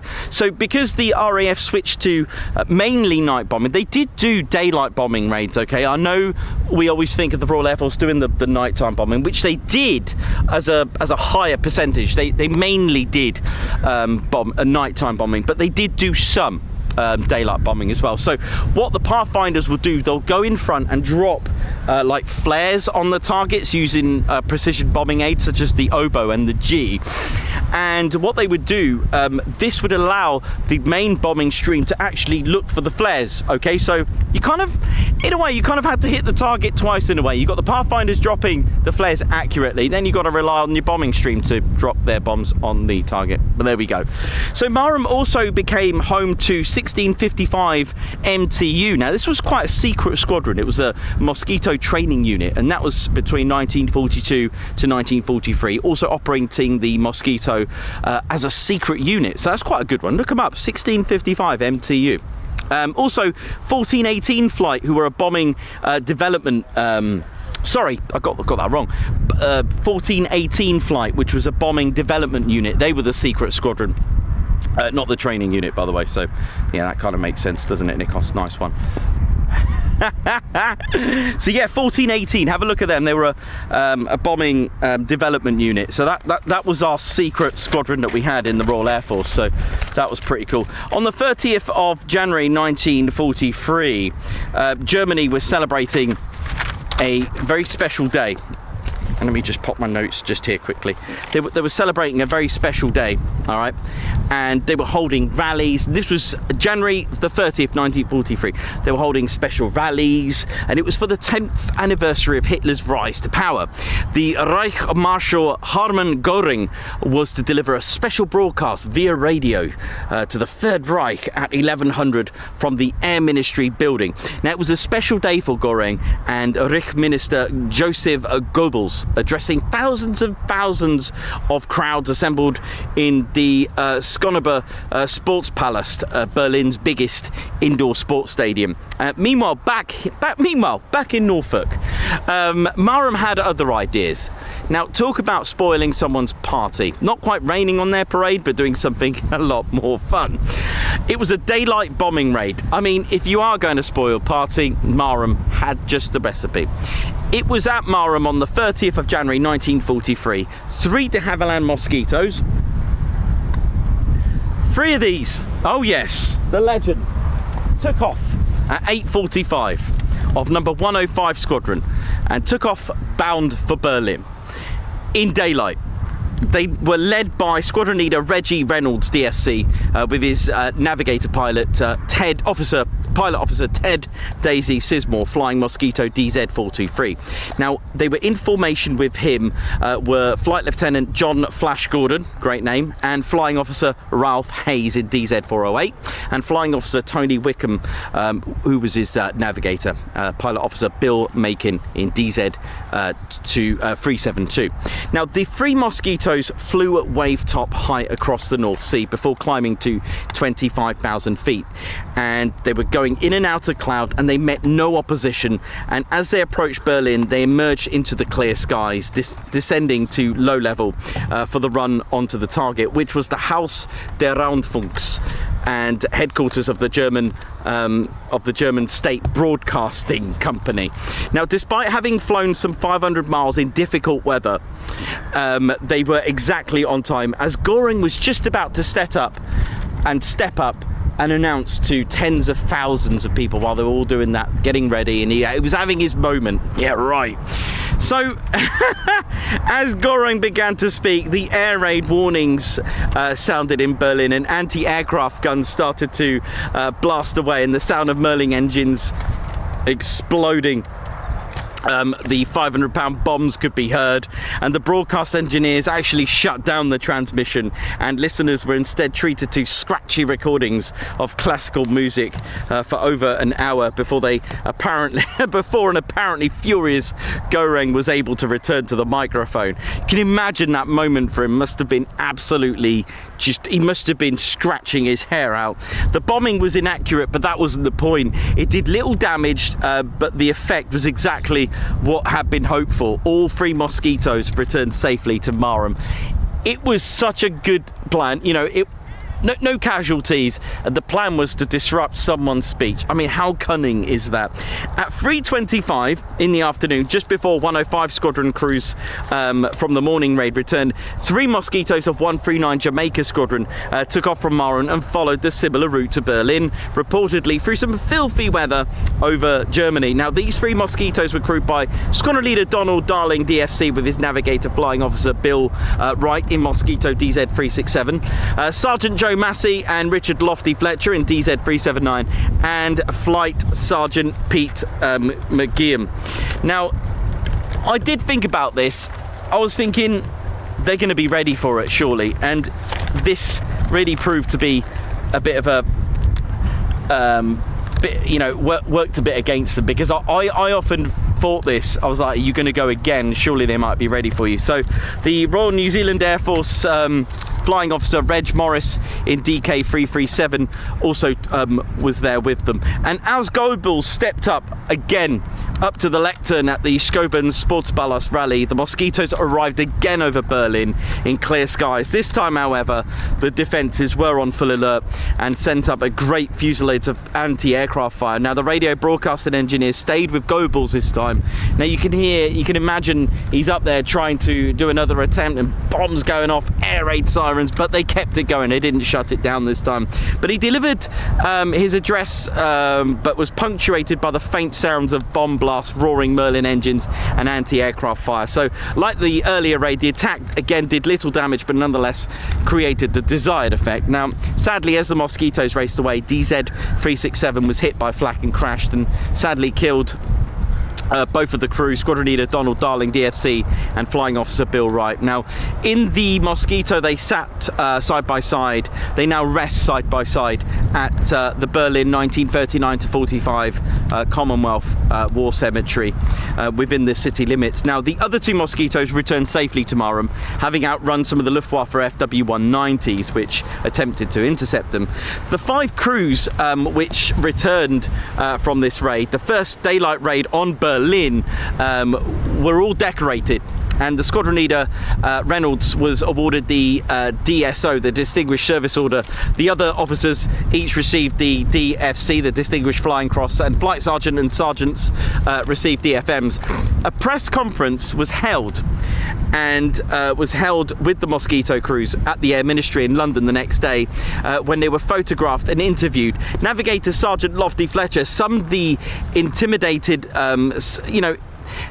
Fletcher summed the mission up in a few nervous sentences, seemingly more intimidated by the reporters rather than combat.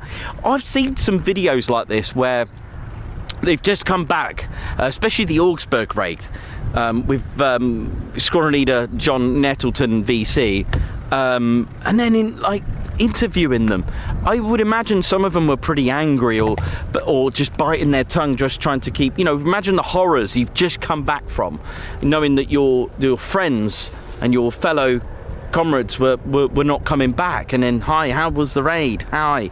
I could imagine that being very disturbing in a way, probably the wrong word, but probably quite upsetting in a way. But they were more intimidated by the reporters than the combat. But nevertheless, he did come out with this. He said, we got over to the other side, and we approached Berlin above the cloud. We added our contributions to the festivities and headed for home. I personally didn't see any flak, but I was told there was quite a lot of it knocking around. But after all, what the eye doesn't see, the heart doesn't grieve over. New Zealander Flight Sergeant Peter McGeehan said some flak popped up at us, close enough to be unpleasant, but not hitting the aircraft. It promised to be persistent, so we dived down, setting off for home. As we were diving, we saw 2 single-engine fighters heading towards us, but we were going so fast in the dive that we had no chance, and we soon left them comfortably behind. We found cloud cover over Holland, and as we passed over Frisian Islands, encountered light flak. The rest of the trip was uneventful. We reached base 2 minutes ahead of schedule and then went to interrogation. It was late when we got our tea, but it was steak and chips, which were worth flying to Berlin for. Such classic British talk that is, isn't it? I love that. Steak and chips, darling. Beautiful. I love that. Come on, aircraft, come on then. But then this is my prediction. Marham was eventually chosen to become a VHB, ladies, gents, teddy bears, along with Sculthorpe and RAF Lakenheath as well. VHB, very heavy bomber base. VHB. And its airfields along with Sculthorpe and Lakenheath, it was to be expanded and to have 3 longer hardened runways in the Class A configuration, which we often speak about. So it would have hardened runways and in the shape of the letter A, or a triangle. So it closed its runways and hangars in March 1944. In 1946, testing out new runways were Lancasters of RAF and B-17s and modified B-29 of the United States Army Air Force during Project Ruby. This project was a series of test trials testing the effectiveness of deep penetration. Oh right, okay, there's the there's our Phenom.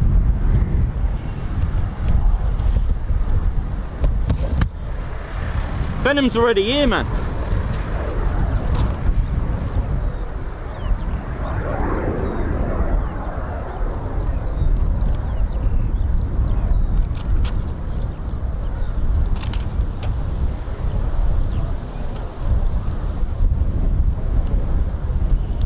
So if we're gonna get, by the way, if we're gonna get circuits here, it could mean that'll be it for the day, unless it's just a one pass. Now let me just secure, sorry about that, let me just secure some of the stuff. The wind is literally causing havoc with everything up here. Sorry about that. I was looking for it as well.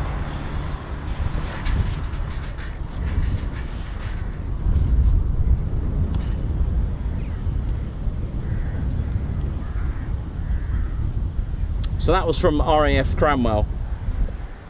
Okay, just keep a lookout for it. Anyway, meanwhile, let's have a quick look at what's going on here. Let's have a look what canopies we've got and what we can see before I just...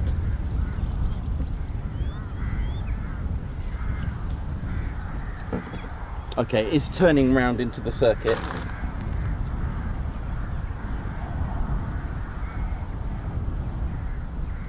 So hopefully we get a few more circuits from it.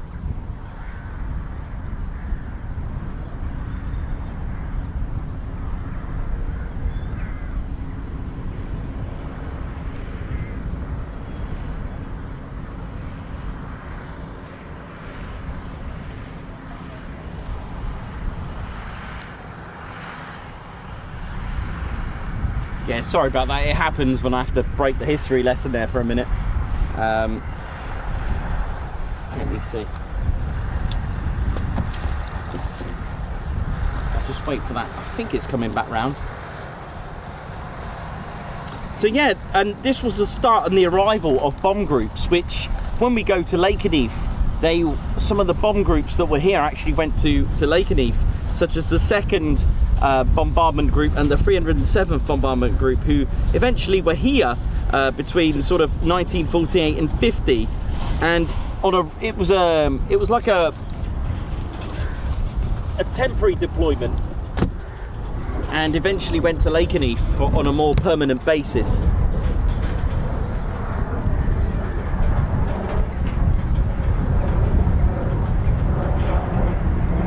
So here's our Phenom, Brea Phenom from RAF Cranwell. Cranners, how you doing?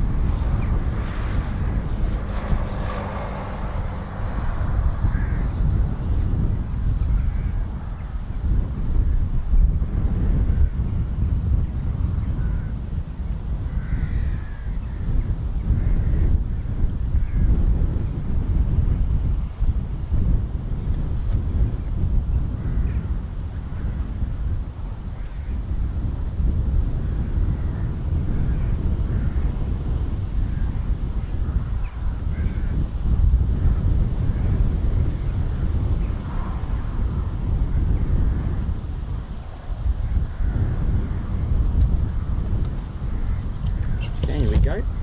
Touch and go coming up.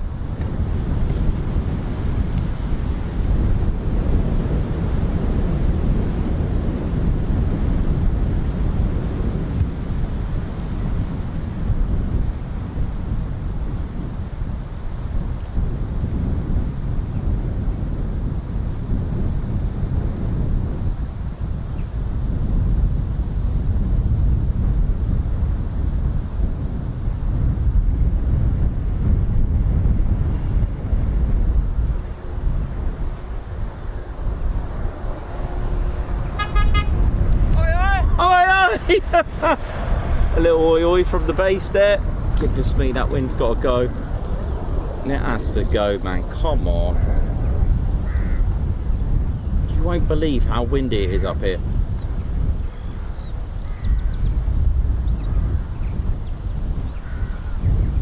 So an oi oi from the base.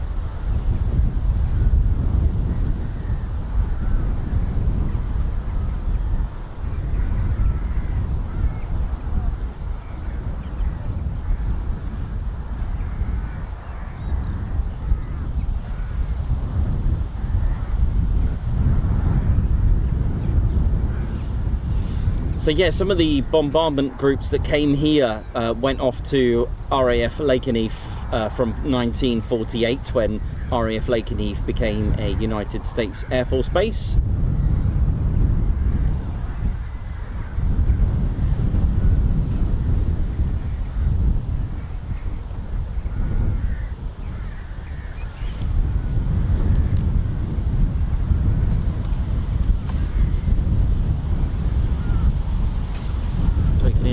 Trees just sort of wishing away.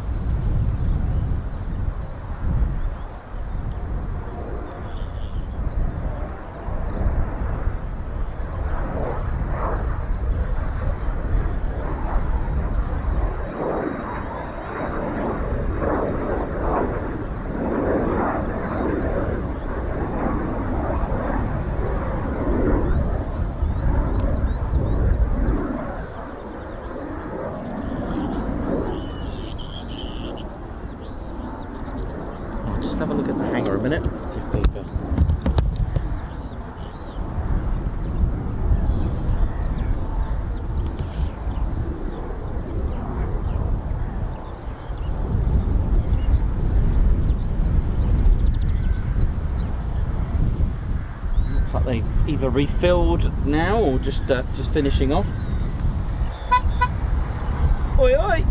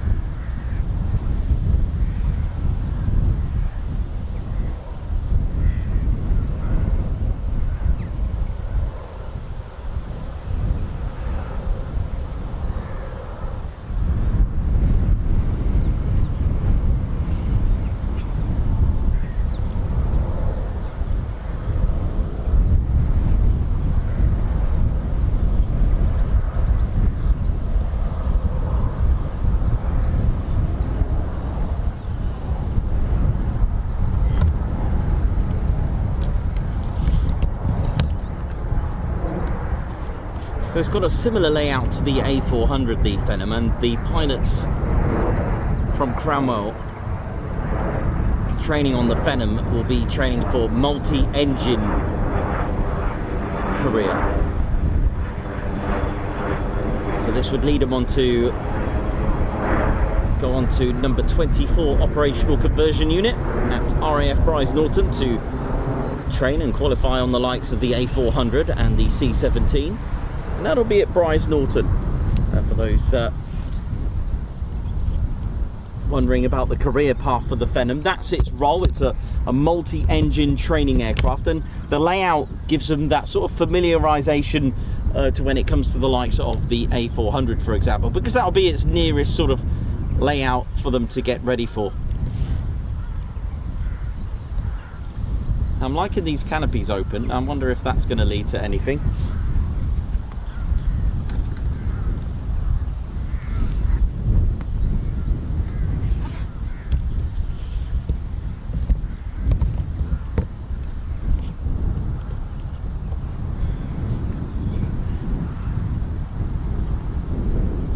With the Phenom in the circuit usually means that that's it for today, from what I found, or at least there's no flying for a little bit. Gives the training pilots a chance to get as many practice diversions as possible and touch and go and low approaches.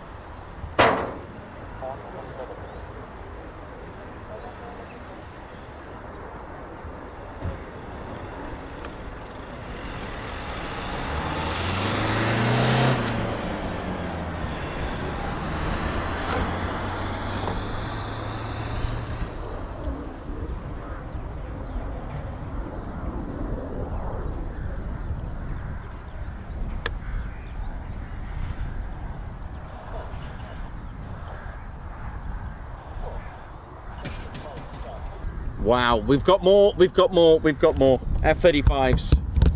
Yes. We've got more. Stay tuned, we have more F-35s. Yes.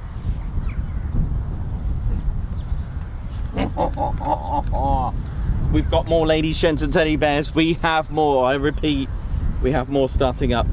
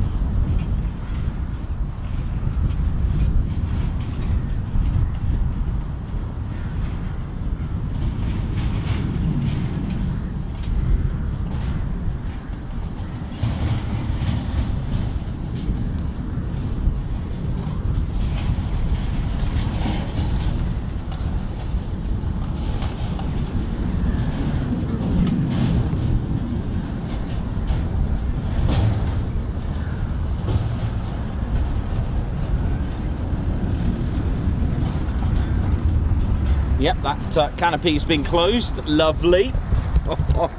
There you go, that's the risk that I take. And it's good.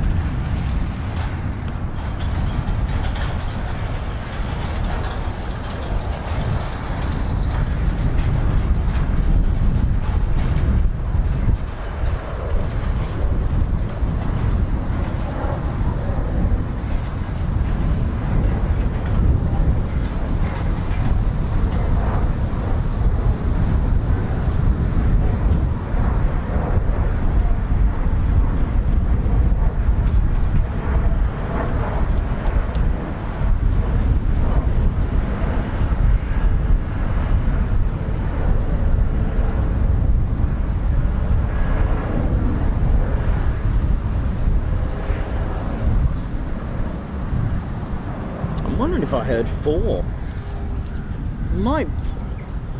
thought I had 4 of them starting up.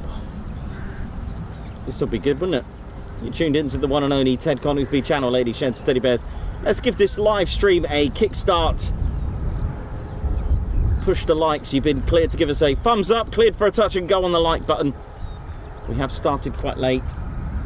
What's this over here? What's this?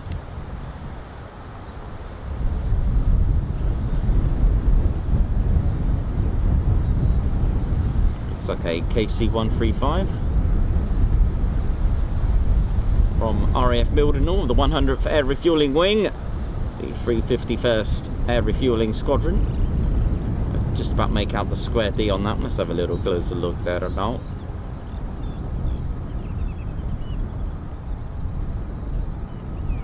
Cool.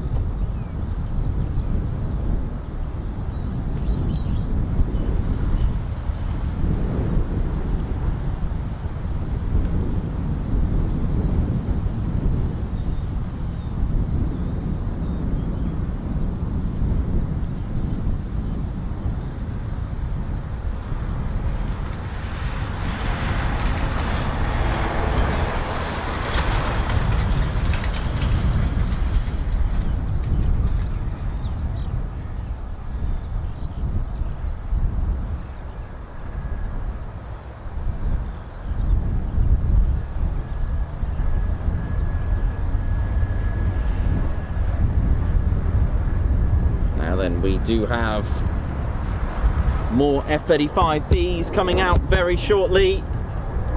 Exciting times. That's what we want.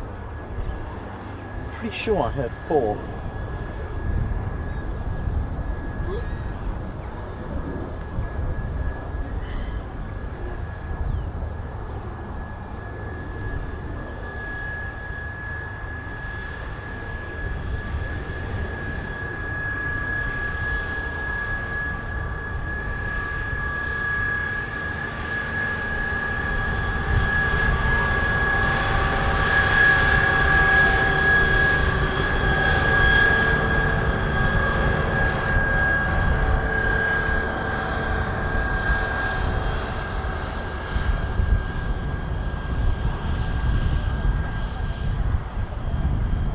So the KC-135 that we've just seen is heading back to base to RAF Milden Hall in Suffolk.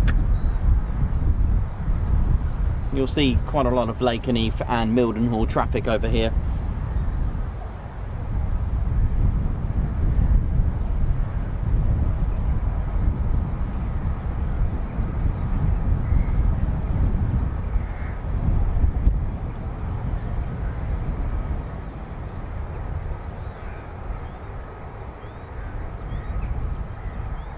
So touch and goes allow pilots to, well, first of all, if you're going to do them at your regular base, it teaches you quite a few things. It teaches you to take off and land in one sortie. So once you take off and land, there's your one sortie. But if you can do lots more, then you're going to train yourself to land more. So if you do like 8 circuits, for example, then you've just done a lot more than just one takeoff and land, right? Also trains the pilot in the early days to initiate a touch and go. So for example, in an emergency, something wrong with the runway, it could be a vehicle stranded, it could be an aircraft that blew a tire, debris, FOD, last minute decisions. This teaches the pilot to react.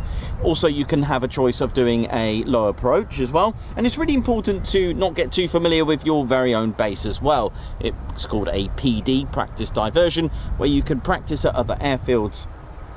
Well, this gives the pilots opportunity at all skill levels. Even top level pilots still do touch and goes, low approaches, which then go into the go around procedure into the circuit.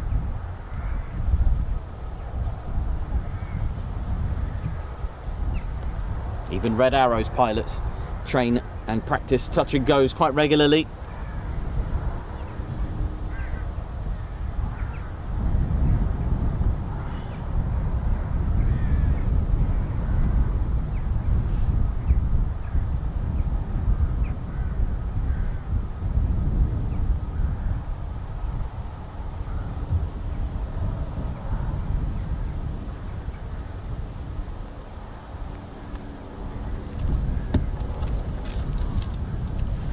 Also, it goes without saying that Marham played a very crucial role in the most complex and longest bombing raid at the time in history.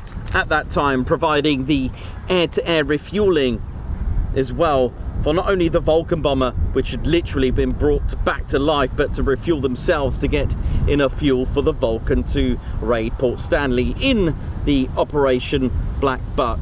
And it was, just to give you a little background on this, on the 22nd of March 1950, 4 of 70 Boeing Washington B-1s arrived here at Marham, until finally the Marham's first jet aircraft arrived, the English Electric Canberra, and eventually the Vickers Valiant and Handley Page Victor arrived. They were part of the V-Force, and Marham was part of the V-Force. The Victors, however, were converted to the tanker role rather than a bomber role, and were flown by 55 and 57 squadrons.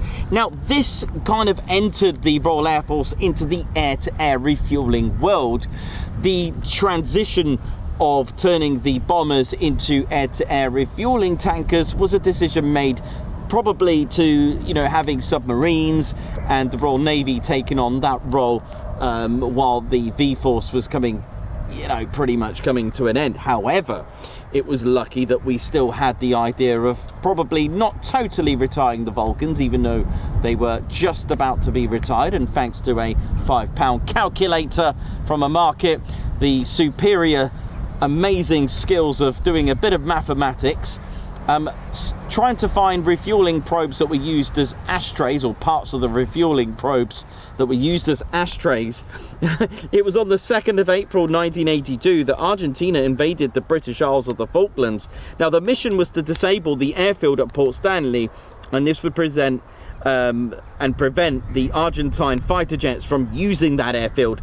This would mean a higher air advantage and a bigger threat to the British fleet.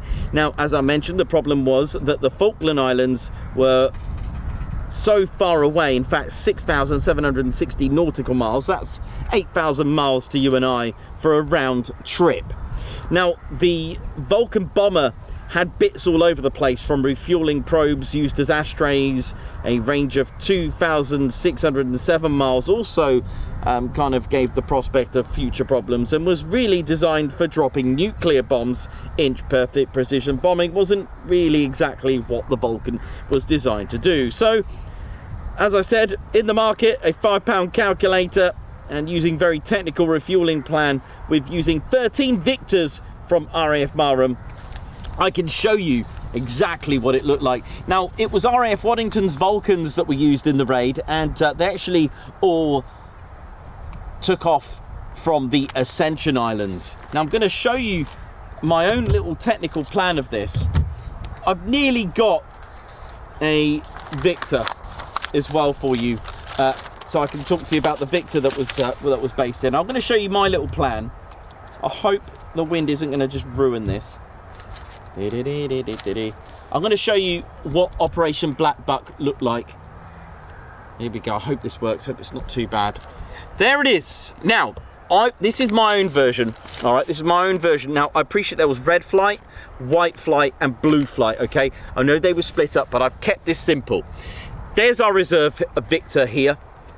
Okay, now there was 10 in this formation here. I can't remember what flight this was, okay? I know it was a colour, red, white or blue.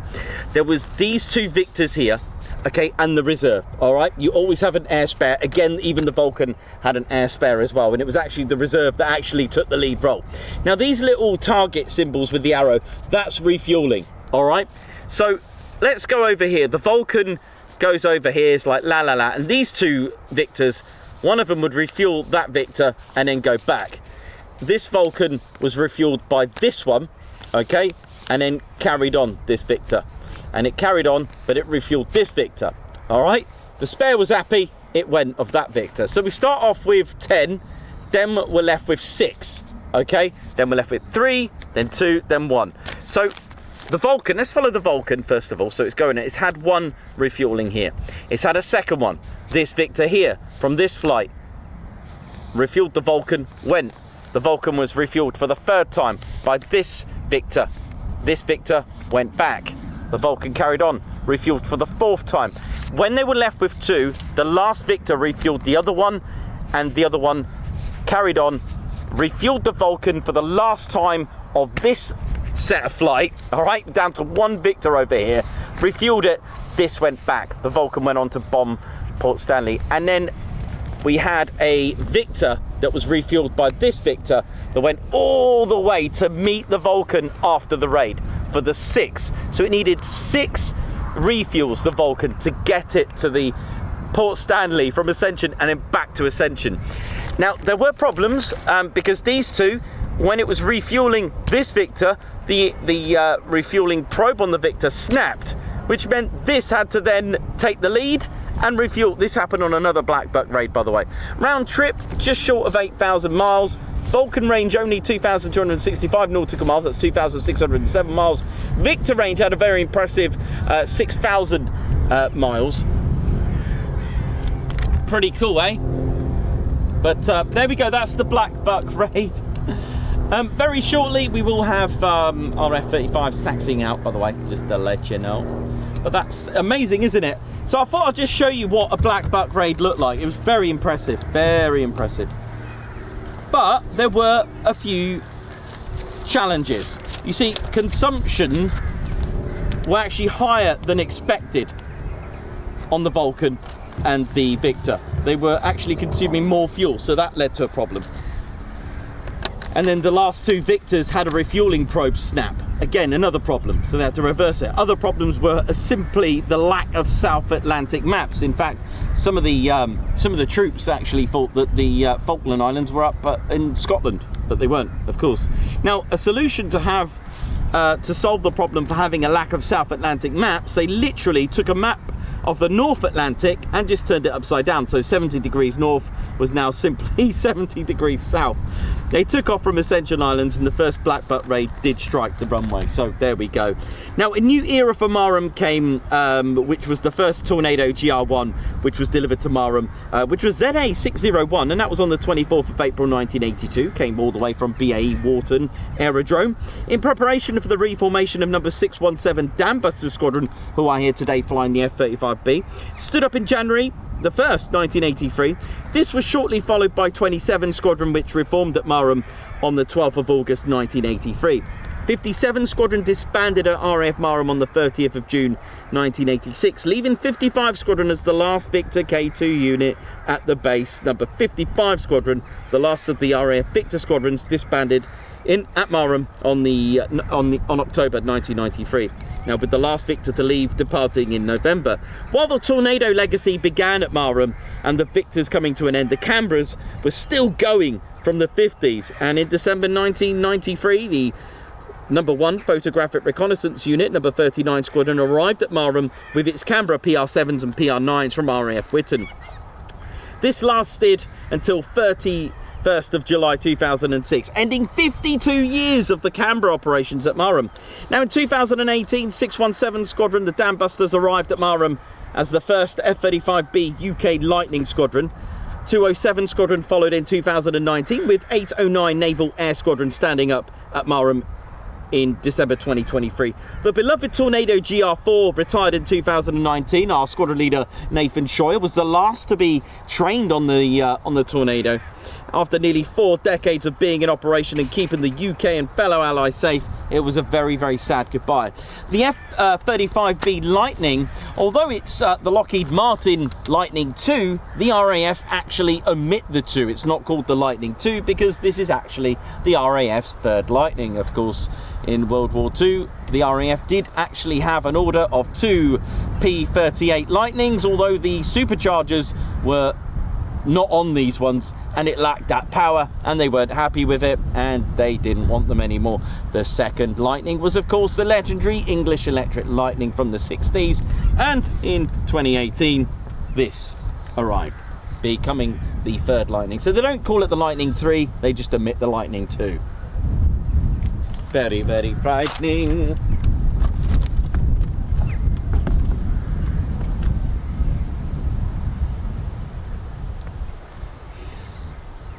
I wonder if this is, let's have a look what we got here now.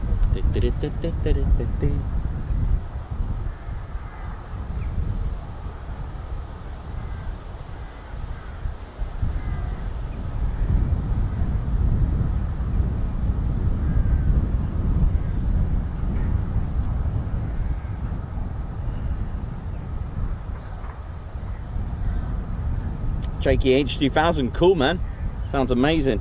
Davey, how you doing?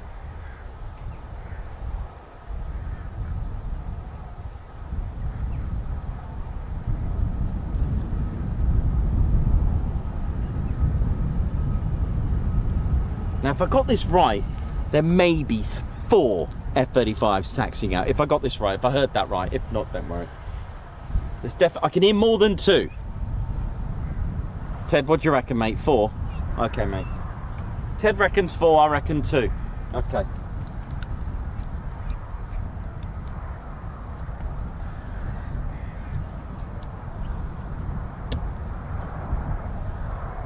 Well, I can see 2 ping in there, so that's fine.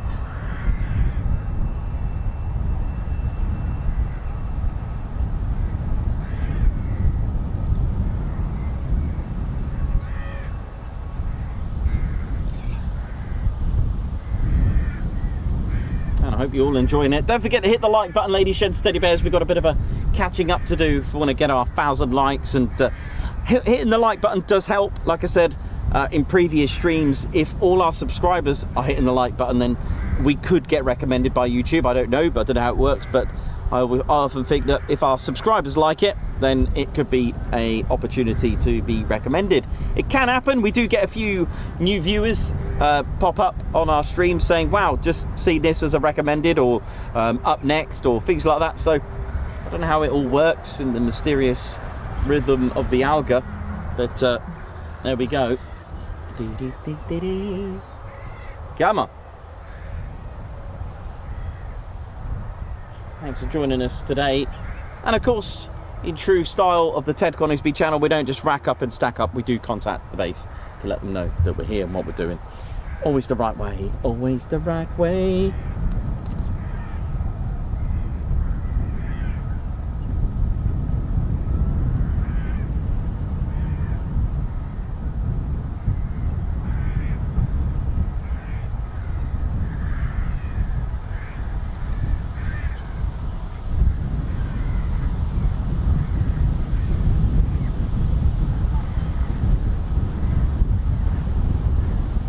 LEJ approach, how you doing? Hope you're good. Just really uncomfortable gusting winds today. Really is. Hasn't left me alone for a long time. Now I can only see 2 of the lights on. I can only see 2 flashing. So we've got a minimum of 2. Ted reckons 4, but we'll see.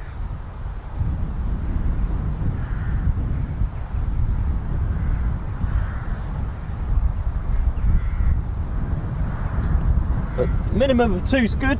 Oh, let me go and grab a quick cup of tea while they're waiting to taxi. Oh yeah. By the way, really good book, recommended by the Ted Coningsby channel by Ken Delve. Get yourself a copy of this.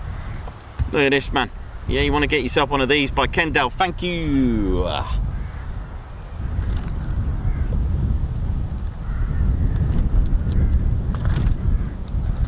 Yep, that's what I was reading as I was waiting today.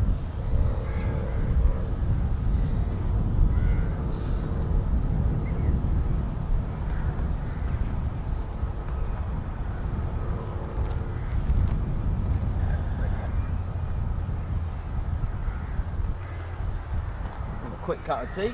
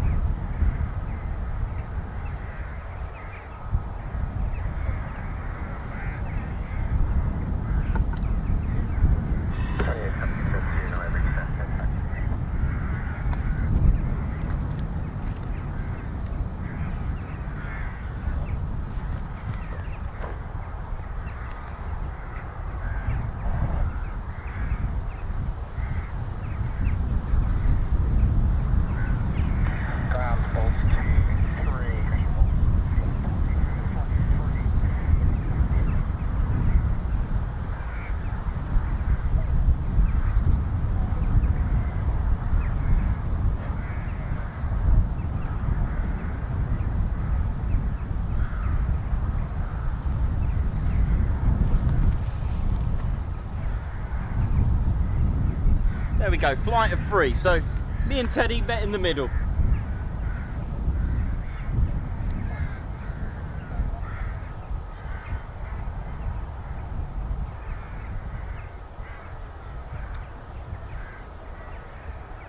So we got a flight of 3.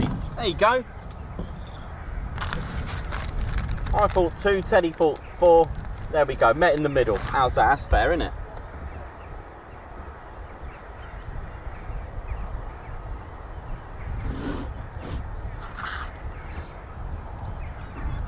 Go. So we're going to get a flight of 3. Bolt flight is the call sign. Bolt. Here we go. Here we go. That's what I'm talking about.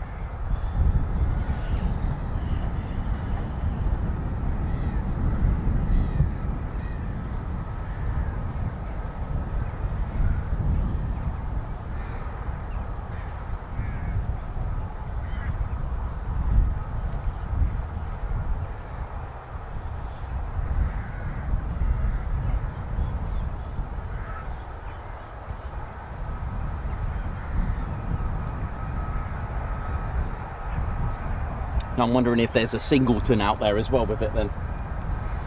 If there are 4 lights, there could be a flight of 3 and a singleton.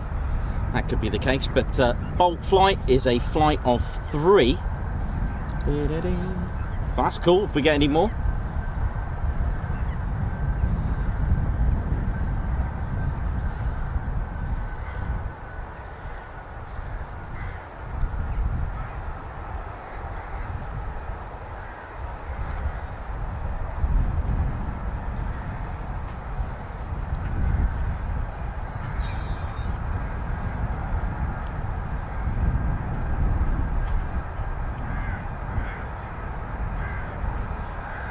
So that's not a bad day. Like I said, on a, you know, when they start in the morning, 10 is a good day at Marham if you get 10. So 5 in the morning, 5 in the afternoon. 10 or more is a good day. So this would have probably amounted to a good day if we had 5 in the morning.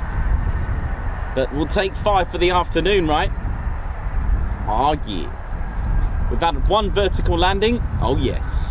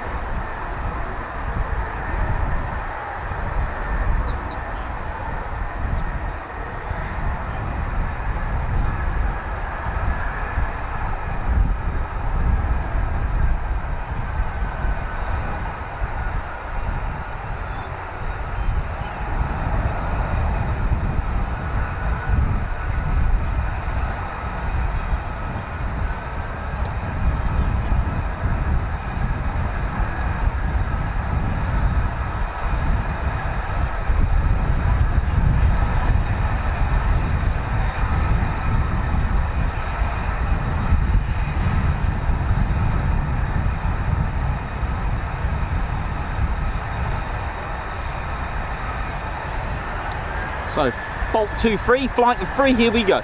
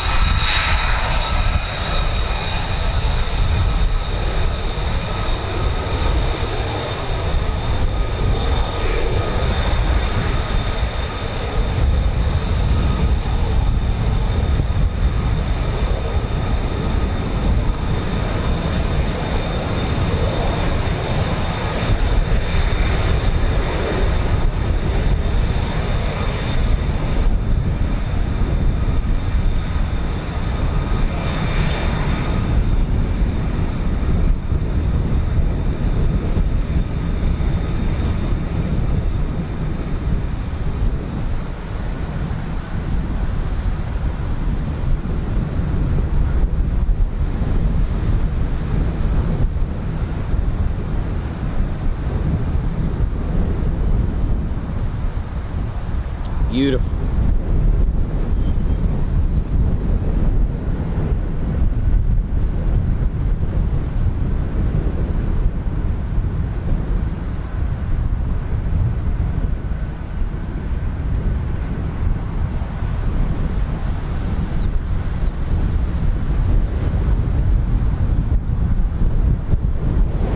Well,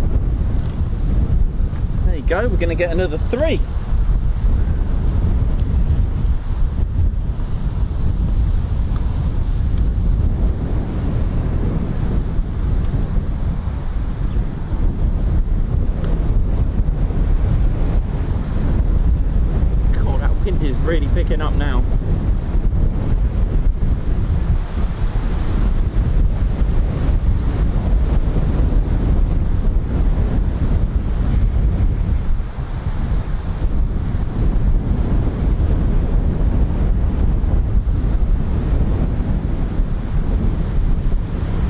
Well, if you just joined us, Ted Coningsby channel live here at RAF Marham, and we have a flight of 3 ready for departure.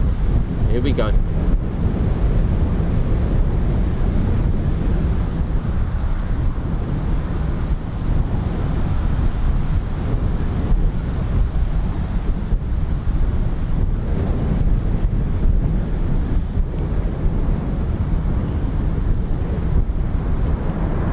Here we go.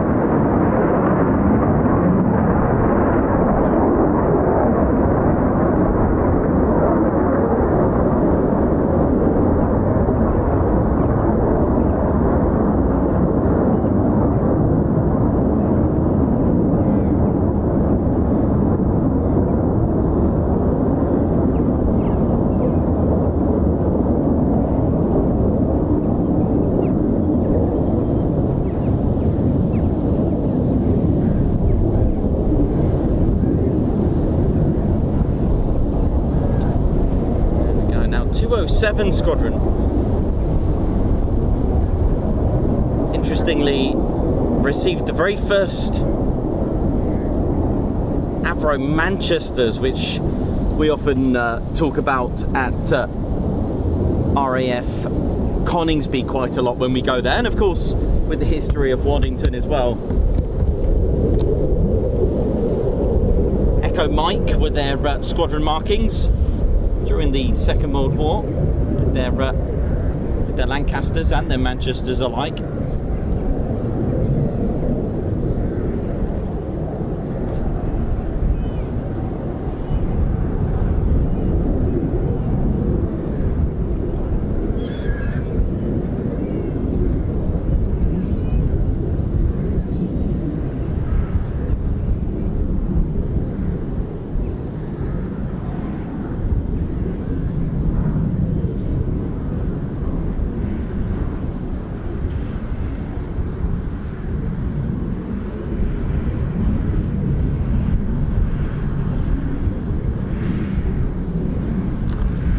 Summer Mottral, how you doing? Hope you're good.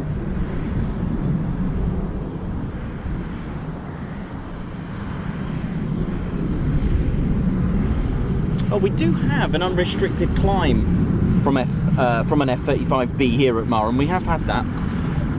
What's going on here? Is that being towed? Hang on, where's this one going? This will be our 4th one then. This is an unusual route.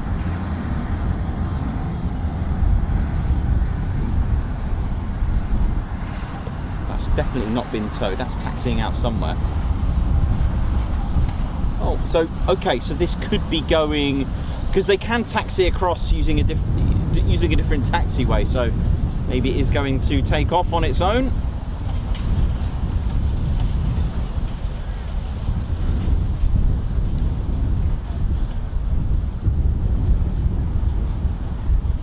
Might be using the... Alright, what's going to happen here? Hang on, let me just...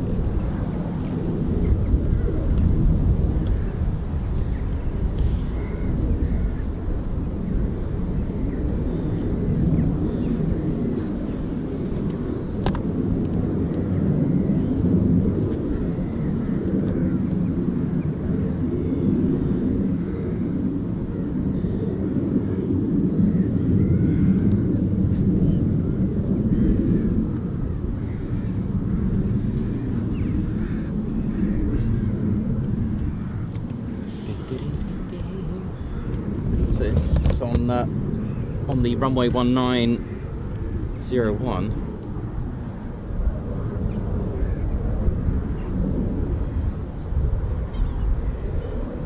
I can hear the other F-35s just above me. Just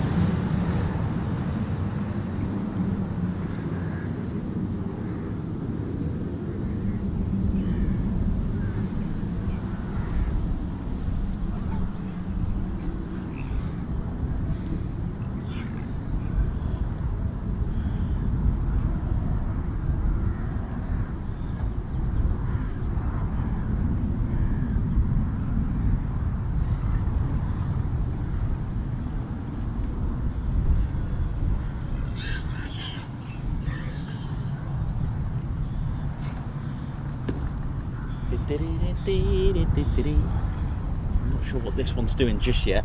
Be nice to get a short takeoff, wouldn't it?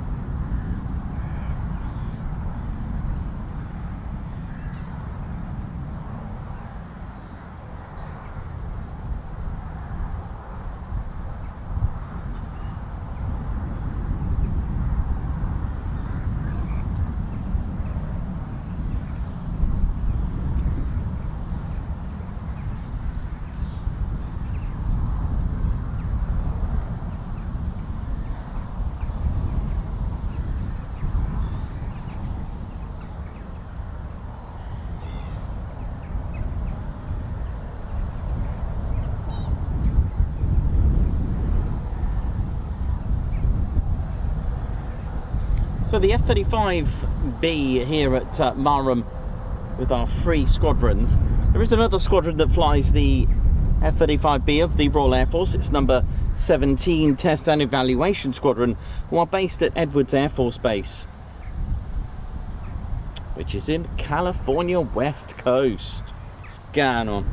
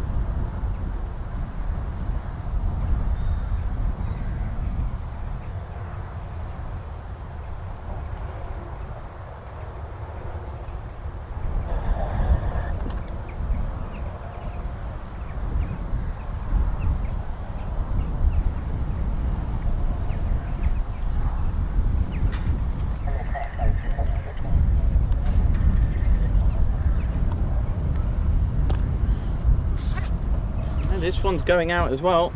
Bolt 2-1.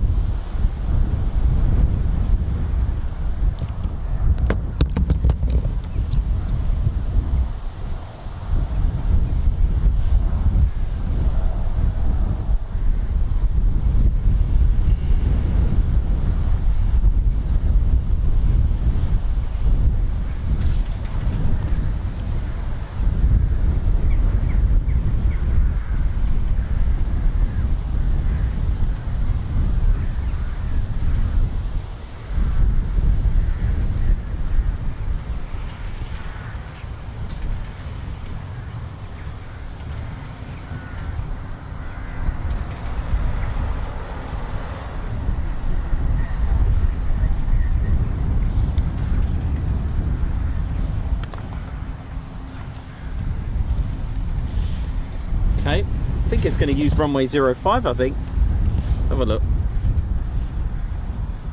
Oh yeah, look at this. Change of runway.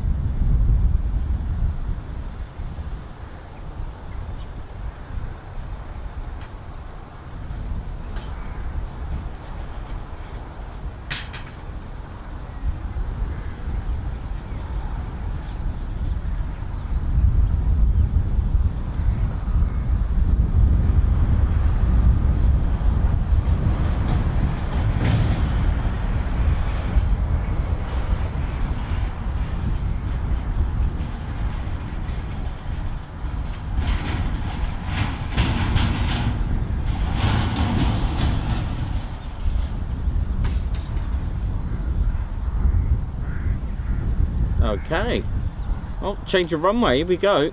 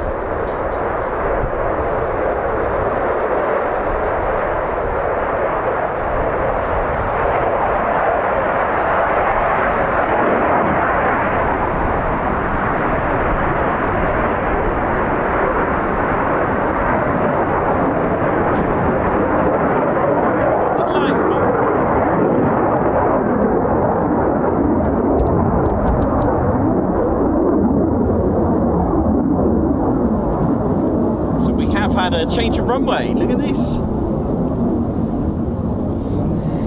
So that one, I believe, is playing catch up with the same call sign with Bolt. So it sounds like it's part of Bolt flight. That will be playing catch up. And so yeah, we could get a 4-ship.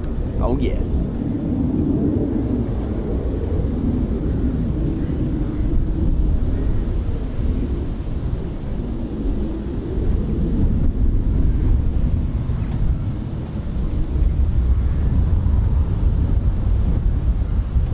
How we doing, ladies, gents, steady bears, Gucci man, James S, Philip Goodfellow, how's it going? Simon Watchorn, Perez, Batman, Bush, how's it all going? Hope you're all good.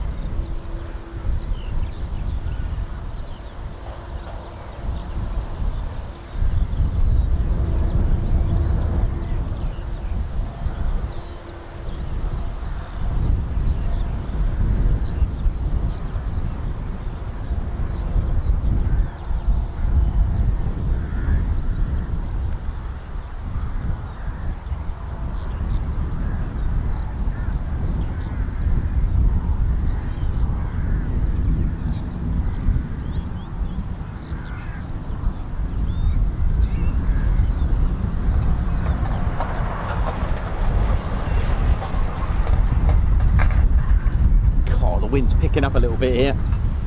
Just hanging in there, you know it is. How we're doing? Hope we're all good, ladies, gents, teddy bears. Thank you for joining us. So we've had a good 6 F-35s then, which is really good. Plus a Phenom, which, to be honest, that is a good day with a little overflight, you know, in the distance of the KC-135. Not been a bad afternoon, has it? Pretty good.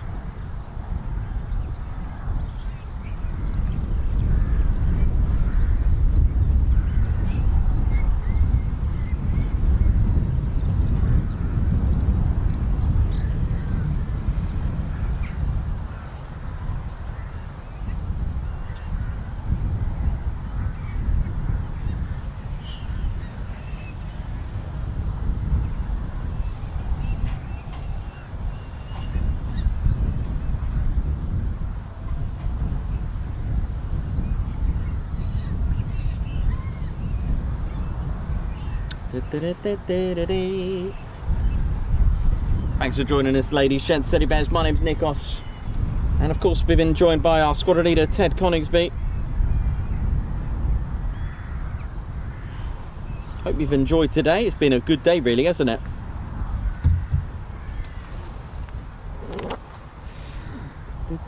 So we've got so in the next few weeks we will be having lots of new merchandise. So our new key rings are out already, and there will be 2 new t-shirts coming out. They are available to order now, but they won't be arriving to your doors until the first sort of week in July. To give you an idea, we have put a note on there. We got a new pink Top Ted t-shirt, we got a Special Ops t-shirt, and the key rings are available. So just a small delay on the t-shirts, but I thought I'd put them on there for you so you can have a look. Ed Butcher, member for 28 months. Keep up the great work, Nikos and Ted. Guards March. JPS, member for 4 months. Like and subscribe for more great content. Thank you very much. Mark the Grease Monkey, welcome to the 10 Coningsby Squadron. High five and a guard march to you. Paul Marriott, celebrating 24 months. Wow, thank you for being with us for 2 years. I've spent a lot of time lurking, he's put, and I have a lot of streamers. Thank you very much. Mark H, 14-month membership. Thanks for all you do. Ted, Nicholas and Claire, thank you very much.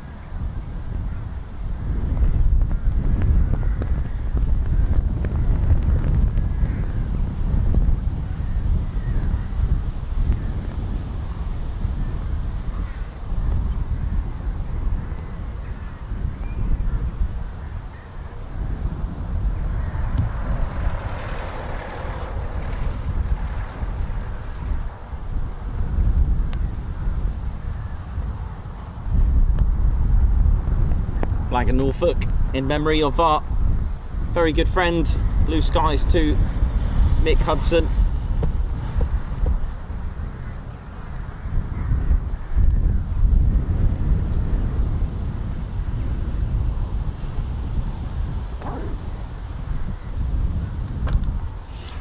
And we've had one vertical landing today, so hopefully we get more. But do you know what, I was anticipating just maybe just a couple of F-35s, maybe 1 or 2, and I was hoping just to get you one vertical landing, and I've got that already. So for myself personally, I'm happy with that. I'm pretty chuffed with that one.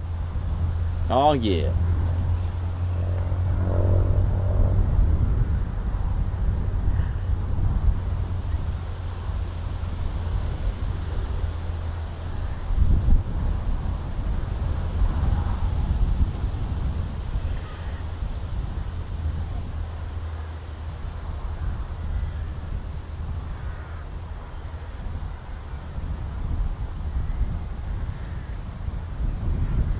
Thanks a lot, Lady Shen Steady Bears, for getting us to 96.4k.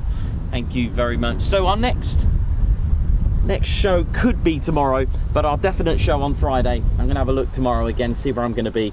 It's a bit of a tricky one this week. There's a lot of things going on. That the thunder and lightning tomorrow. There are a couple of lightning strikes, and of course I want to give you a little bit of a variety. So it was a choice of Holbeach. Are the Reds going to do any practice at Waddington? And is it going to be busy at Mildenhall? That's plane spotting life. I could do Mildenhall tomorrow, give it a go, and then of course Friday at Lakenheath to finish up the show. So that sounds like a good week, doesn't it? We could do that, defo. Sounds like a good plan.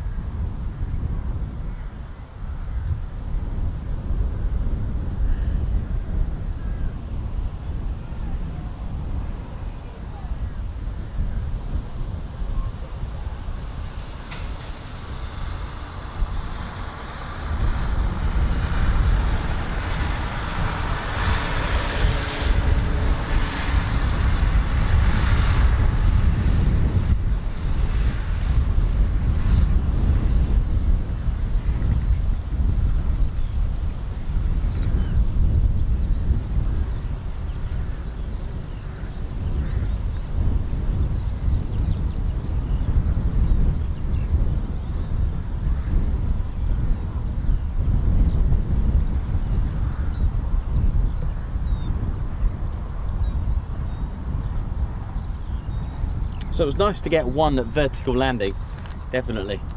Oh, absolutely, loved that. Really good to see vertical landings, of course. Got any questions at all? Feel free to ask. If you've got any questions about the F-35, do feel free to ask me if you've got any questions that I can do my best to answer for you. Let me know if you want to know anything about how it hovers, or the engine, speed, payloads.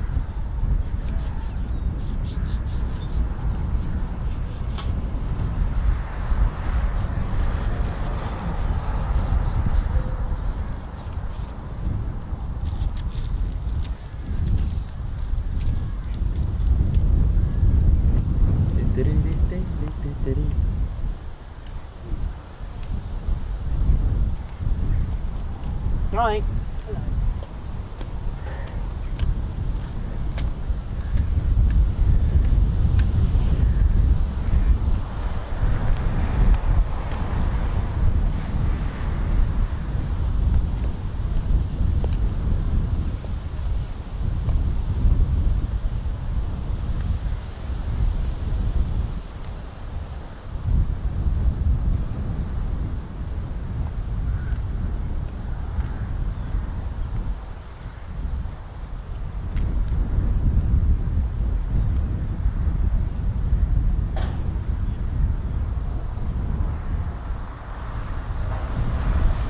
How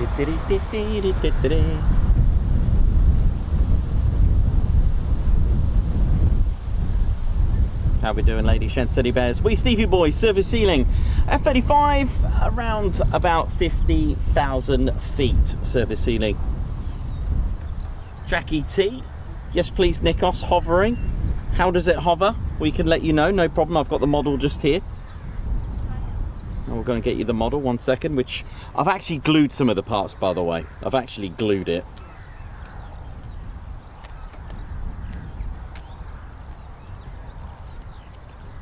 Let me just go and get them. Where have I put it? It's just here. Okay.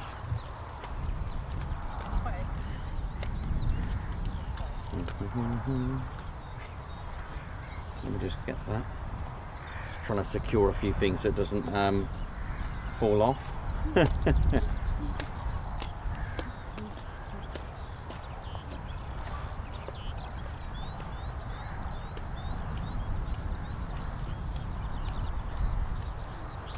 So yeah, ladies, gents, teddy bears, great question there. How does it hover? I'm just going to get you the model now. Hang on. So the F-35A, that's classed as a CTOL aircraft, and the F-35C, that's your CV variant, the carrier variant. This is our STOVL variant. Now, this is quite heavy for what it is, due to the fact because it's got the F-135 Pratt & Whitney's PW600 variant. The A variant has the PW100 variant. Why am I telling you that? Well, because the engine on the F-35B is substantially bigger. The F-35A's F-135 PW100 has a length of 220 inches. That's just short of 5.6 meters, okay? Whereas the colossal PW600 stands at 369 inches. That's 9.37 meters. There's only a little bit of difference in the actual performance. The max power with afterburner on the PW100, for example, on the A and the C, they pump out 43,000 pounds of thrust with afterburner, whereas the F-35B pumps out with afterburner 41,000. And it's also got different compression ratio. They're all 28:1 compression ratio, which means that's how much it squeezes the air by, which is impressive. But because it's got the power lift on this, it's able to give you 29 times the amount. Now, it's almost like having a helicopter. So a really good question there. How does it actually hover? Well, let's have a little look inside. So, of course, if you just stop stationary, your aircraft has got an enemy, gravity. It's just going to fall. Just think of helicopters. They've got, you know, an engine pretty much, or a propeller, a propelled engine, making it hover. Brilliant. So how on earth is this going to hover? Because gravity is just going to push it down, or at least pull it down. That's probably the right word. So to do this, our Pratt & Whitney's F-135 engine, which is just here. So that's our just under 5.6 meters, just here. All right, it's just that. But our F-135 PW600, wow, it goes all the way out here. Okay, almost double the size, maybe about 80% bigger. Okay, now how are we going to do this? First of all, you're going to open up your auxiliary air intake. This is what you see first opening. Now, let me see if I can get a better light for you. This might be better. Here we go. Now, to power up and deliver the shaft horsepower from 135 to the Rolls-Royce lift system. So the aircraft's made by Lockheed Martin. The engine is Pratt & Whitney, but the people that put in the lift is Rolls-Royce. So we have a Rolls-Royce engine here. There is a Rolls-Royce shaft which connects from the Pratt & Whitney's F-135 to this. Let's open up the hood. We have our lift system, our lift fan itself. It's a 50-inch diameter hollow blade, counter-rotating, okay? Now, you could call it a helicopter, or you can call it a vertical engine, all right? Because underneath, once that opens up to pull in the air, you've got your engine here. Now, these grills here, they actually move, okay? Now, I'll explain in a moment what they do, okay? The blue tack is optional on the F-35B. Now, once you've got that, okay, so you've got thrust pushing down here. When air bypasses, it's about 56 to 1 on a bypass. You've got roll posts here. These are little posts. This helps the aircraft pitch left and right. Now the grills I was talking about move forward and back. This in hover makes the aircraft move back and forward. So you've got roll posts here, left to right, the grills here, forward and back. But wait, this still can't hover yet. At the back we've got what's called a free BSM, free bearing swivel module, which to us is like thrust vectoring, but it's a lot more impressive than that. Now this opens up. Now it's called a free BSM because it's connected via 3 parts. If it was not free BSM and it just went, see ya, like that, it would go all over the place. It's cleverly configured so that it can go into a 45-degree angle, so it can do a short takeoff, okay? Because although the F-35B can, if it wanted to, do a vertical takeoff, it doesn't because of the amount of weight. So how does this hover? So you've got your air sucked in. This is almost treated like a powerful helicopter in here, okay? You've also got the thrust vectoring pushing down here. That amount of thrust being pushed down, just short of 40,600 pounds going. Yeah, that's a great sound effect, Nikos, fine. So this is how, and you've got your elevators here to control things going on with the wind and stuff, or whatever is going on, it's all computer. So you've got your air sucked in, you've got the shaft horsepower, creating 29,000 shaft horsepower delivered to the lift fan from the Pratt & Whitney's F135 PW600. So because you've got all the thrust pushing down here, you've got a grill that controls it to move forward and back. You've got your bypass air, being able to use it as a you know, to bank left to right to control it. And then you've got this massive thrust being pushed down, 40,600 pounds of thrust, so that it could hover. So that's how it can hover. Yes, it doesn't need the landing gear down to be able to hover, okay? You don't need it, but you need it at air shows for safety, and you need it to be cleared to land. But it can hover without the landing gear. There you go. I hope that made sense. Because if you didn't have the thrust going down, and this clever lift system from Rolls-Royce pushing down as well, it would not be able to hover at all. It takes just 2.5 seconds for the free BSM to move down to 95 degrees. It is capable of delivering 20,000 pounds of cold thrust. The lift system, or the lift fan itself, is 50-inch diameter. It's a 2-stage counter-rotating fan, and they're hollow blades as well. And of course, like I said, the free BSM is technically a thrust vector, but it's amazing. All these components are all Rolls-Royce. So the lift fan itself, the shaft, the roll posts, and the free BSM, these are all Rolls-Royce. 29,000 pound of shaft horsepower delivered to the lift fan itself, which is phenomenal. See ya.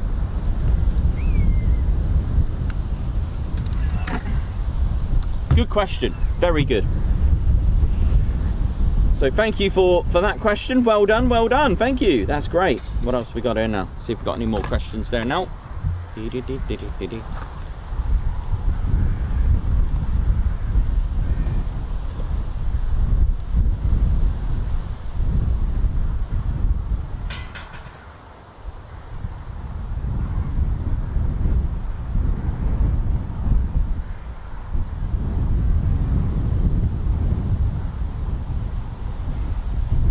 Let me just scroll back to that.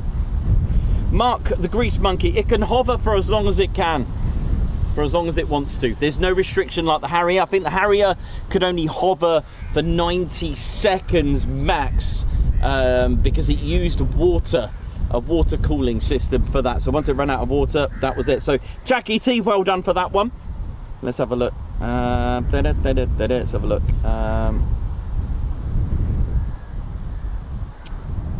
Extra armament capability. So those are external missile railings, so it can carry extra missile railings. Yes, okay, so it jeopardizes the RCS, the radar cross section, but don't worry about it. You don't need to be stealthy. You don't need stealth in defense mode.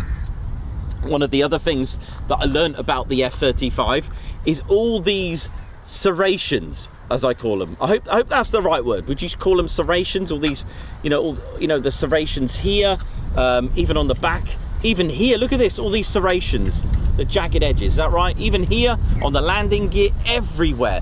And this really messes up radar return.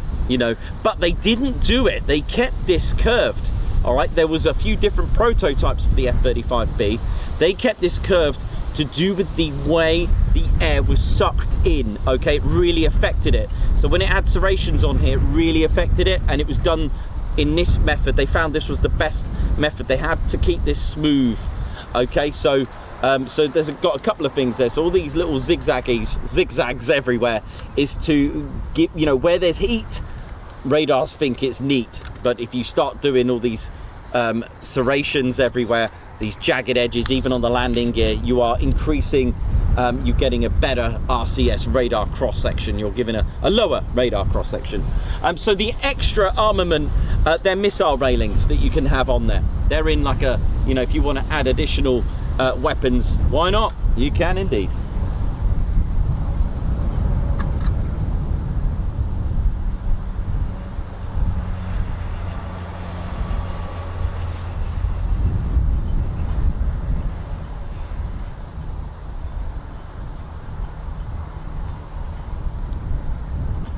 Mark Woodruff, which is louder. Funny thing is, Afterburner is louder, so I've not actually got a reading on the F-35, but I would imagine it's about the same, or it is the same.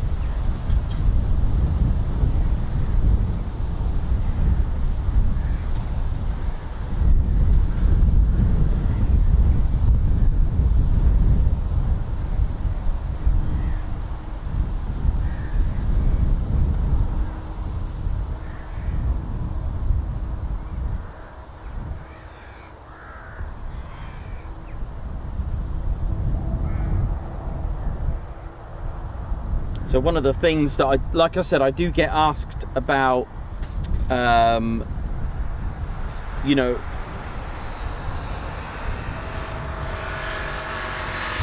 just show you something. So one of the things that I get asked is that, because of the weight, it doesn't do a vertical takeoff because the amount of weight. Now, if you're fully loaded and fully fueled, or you've got ordnance that you didn't use, so one thing to know about the F-35B, it's drogue and probe refueling, which is here, just like the Typhoon. It doesn't have an arrestor hook, okay, and it doesn't come with a chute pod, okay. You can modify it to have it, but I guess that would that's on the F-35As. Now, what you can do if you're going to come into land with a lot of ordnance, okay, the method is to do a ship-borne rolling vertical landing. So it's almost like a short takeoff, but in reverse. It actually does all the so if I just so it will go into stovall mode, it all comes out, and it's like a very, very, very slow landing. Conventional fighter jet wouldn't be able to do that. It will just be so slow to land. It will be a very dangerously slow speed to land, but this can, and especially if it's got very extremely heavy ordnance, then that's why it can do a shipborne vertical landing. Okay, so it's a rolling landing rather than a direct vertical, because you imagine all that weight, it's going to put a lot of stress, which is why it does a short takeoff instead of a vertical takeoff, because the amount of weight you can put on it. But the short takeoff, ladies, gents, teddy bears, is impressive, trust me.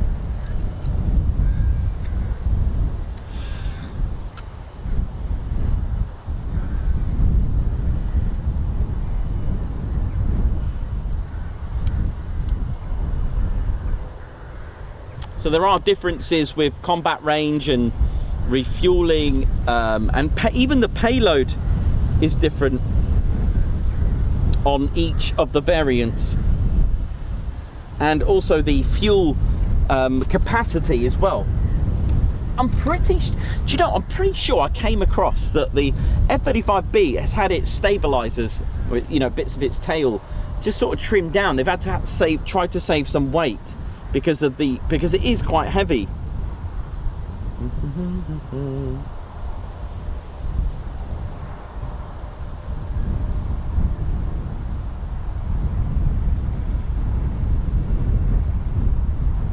The max takeoff weight of a F-35A, for example, is 65,900 and something pounds. It's about just short of 30,000 kilos on a max takeoff weight for that.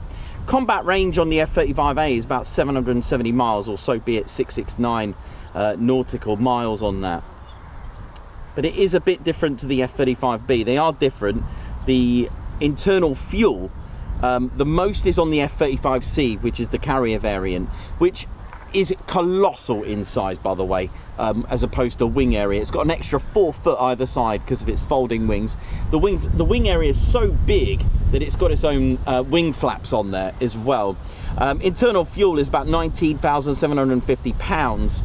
On the A variant, it's 18,250, but on the F-35B, it is only 13,500 pounds. So the range on the A and the C is about 1,200 nautical miles, whereas the F-35B is 900 nautical miles. For those that are in new money, that's 1,700 kilometers, whereas the A and the C are 2,200 kilometers. On a combat radius, that amounts to about 505 nautical miles on the B, that's 935 kilometers, and then you've got 669, 670 nautical miles, that's about 1,240 kilometers on a combat radius on the internal fuel on the F-35B. So it is very different. Even the G limits are different. The A variant is +9, the B variant is +7, and the C variant is +7.5.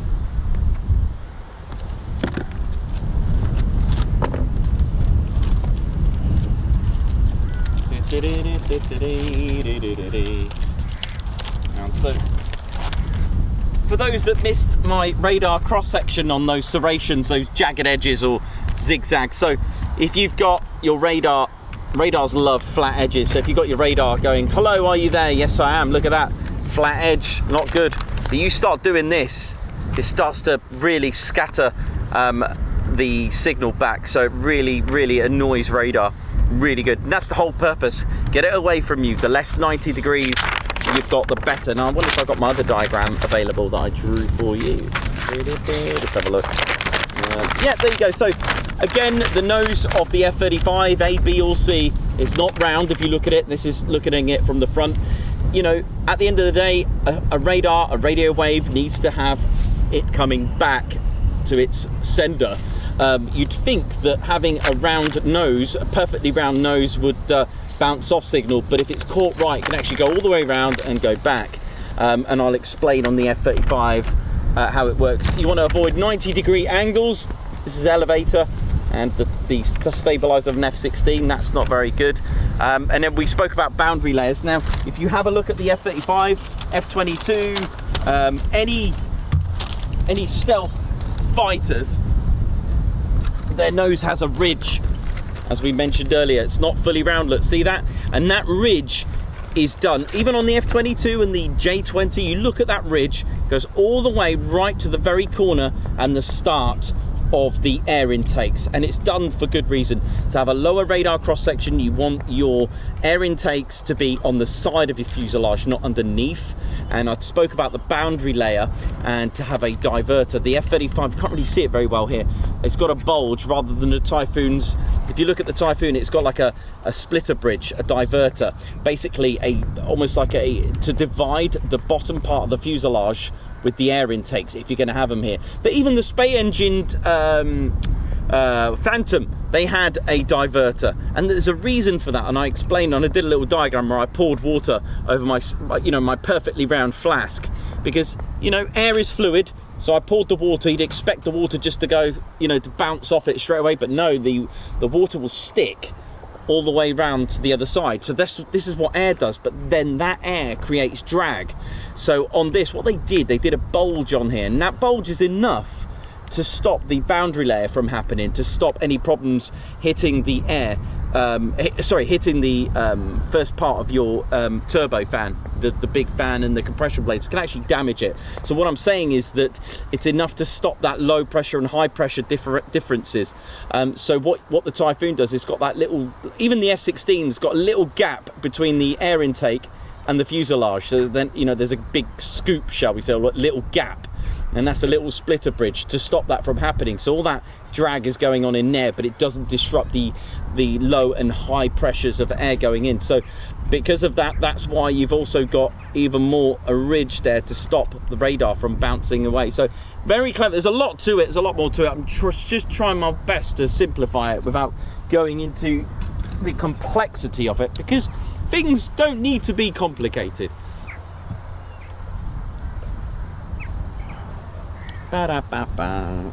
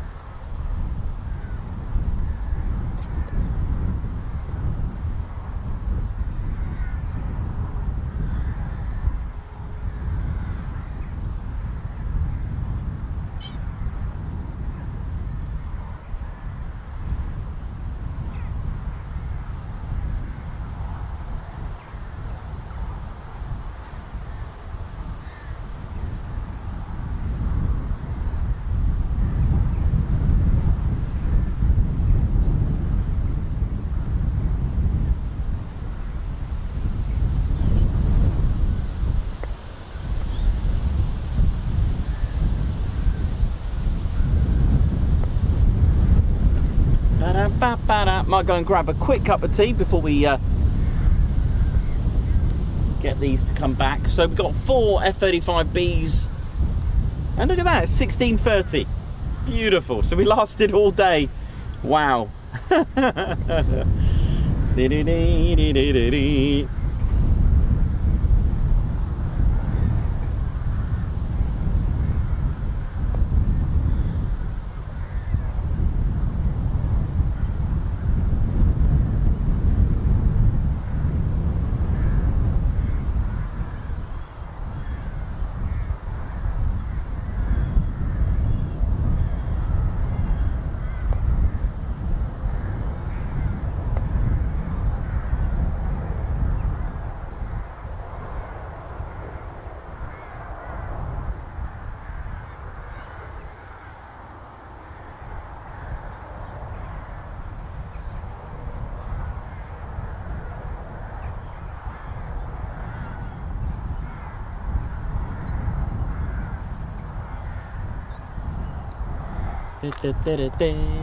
Right, I'll have a quick cup of tea while I can before they come back, innit?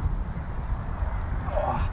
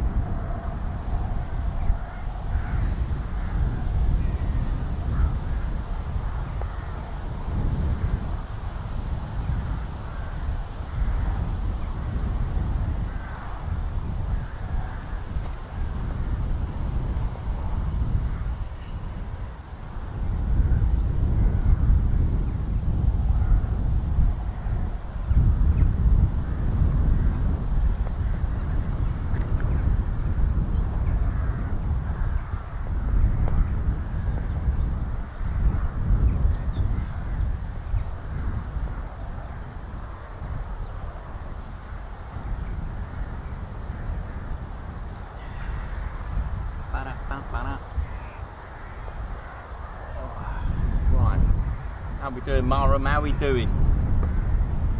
All is good then now.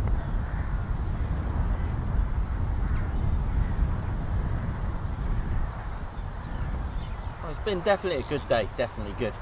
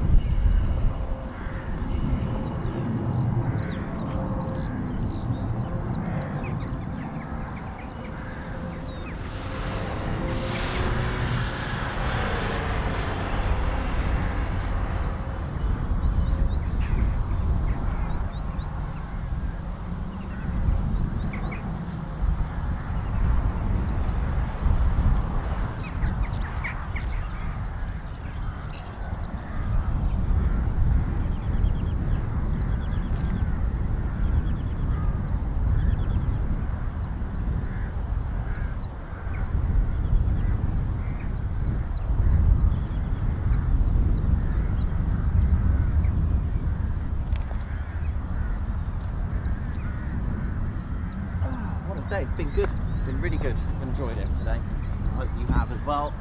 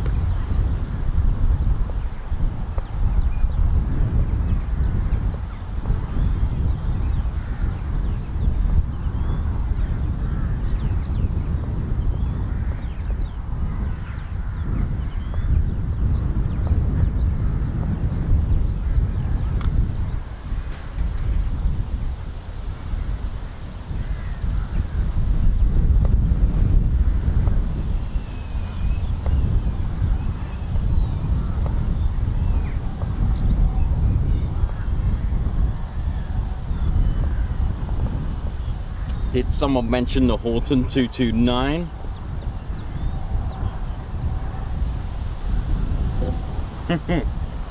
Wow. I got just the thing. Let's have a looky here at the Horten 229 with the B2, shall we? Let's have a look here. Let's have a look.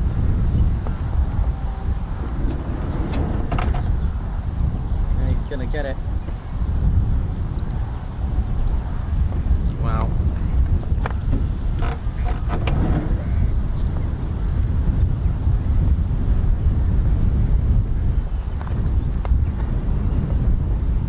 So Grumman, Northrop, you know how it is. So I just want to, let's go back in time a little bit, ladies, gents and teddy bears, to something that could have changed history. You know, it could have changed history because there was something that was happening. And not only the Horten 229, which those of you know is kind of like a secret little obsession of mine, the flying wing The Horten 229 was took its first flight March 1944. Hang on a minute, what's that in the skies? Oh yeah, is that a Phenom? It looks like a Phenom. Got Phenos in the skies. Got typhoons. So the wingspan of the Horten 229, there was a few, it was 16.8 meters, that's 55 feet 1 inches. And it was the speed that was going to be a bit of a problem. And it had the ME262 engines, the same engines as the 262, the Junkers Umo 004B turbojet engines, and they were rated at 1990 pounds of thrust each. And for that time, you know, having something, for those who don't know what I'm talking about, here it is, and it's been a long debate of whether or not it had stealth attributes, and of course well, see, my thinking is that I don't think they initially did that. I don't know, but let's have a look. If you look at the picture there, you got the Lancaster in absolute dire straits, because this could reach speeds of 600 miles per hour. It had the engines on the top, again, radar cross section, keeping that low, made out of wood. Now there is a speculation to say that, okay, Germany was suffering quite a lot for its supplies. Some supplies of metal were becoming a lot more restrictive as the advancements of the Allies were taking back occupied Europe at the time. So there is a debate whether wood was done intentionally for radar cross section. Who knows? But having the engines on the top, having no stabilizer, again lowered the radar cross section. It is amazing. And they did capture one of these in a factory. They found it, they took it back to America. Of course, when the surrender happened, the year after that, you're only going to ask the question. Now, you know, if you look at the our B2 here, you know, there are a lot of similarities. Now, you know, whether they didn't quite get to grips, but the thing is, my problem is the fact that we've got to be lucky they didn't bring out the Horten 19, which was ready to take a nuclear bomb. So that is fate, as a matter of fate. But design and technology improves on other factors of what's around. Okay, the Wright brothers, you know, you could hand it to them, of course, but you start doing designs. They had a propeller on the back of the aircraft. They found out that a lot of deaths in crashes were a result of the engine crushing the pilot to death because the propeller was at the back. So what I'm saying is, you look at the Foxbat that brought out the F-15, you look at the Spitfire and the 109, and just keeping up with the Joneses, leading to different things. What I'm saying is that technology on Human Instinct is looking at ideas and making them better, I guess, and developing them from them. You know, at the end of the day, you've got to look at the similarities between the B2 and a Horten 229. The idea of having no stabilizer could be quite daring, but really does give you, you know, quite a low radar cross section. So, engines on the top, again, the serrations, all these factors, all the RCS radar absorbing material and the radar absorbing tape. Yep, that's good old tape. You can buy it at any stationery store, except this one's patented by Lockheed, by Grumman, I would have thought. But yeah, Grumman Northrop actually continued to build on what they had left of the original Horten 229 and tried to see what radar cross section it had. It wasn't as great as they thought it would be, so my guess is that they maybe used wood. I don't know, it's still under debate, but never mind. At the end of the day, it did have quite a lot of flat surfaces. Okay, so that wouldn't, you know, the return signal would have been quite, you know, quite a bit. But there we go. But nevertheless, very similar to our B2 here, and our B2 has all the characteristics of a low radar cross section. I think it's about the size of a bumblebee, isn't it? About that big, like a 1 centimeter squared. But yeah, all these serrations, the design, 0-90-degree return. Well, you got no stabilizer. All these serrations, all the zigzags play a major part in keeping a low radar cross section. And of course, the paint itself, the radar absorbing material, again, excellent. It's phenomenal. It is literally a phenomenal work of art.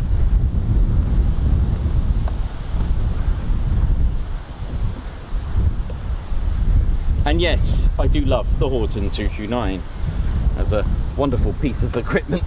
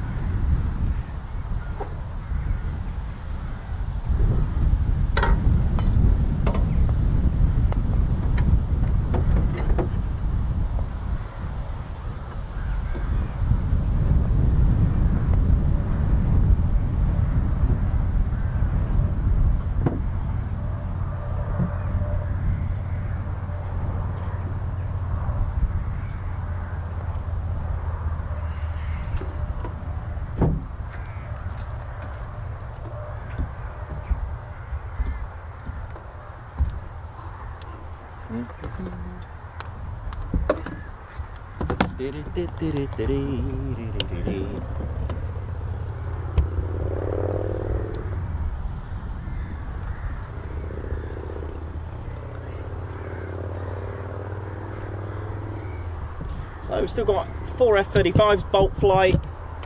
Looking forward to seeing them. Will we get any vertical landings? We've had one today, so that was good. We are chuffed to bits for seeing that. I was just expecting to see the one, which is fine. We got the one, and let's see if we get any more.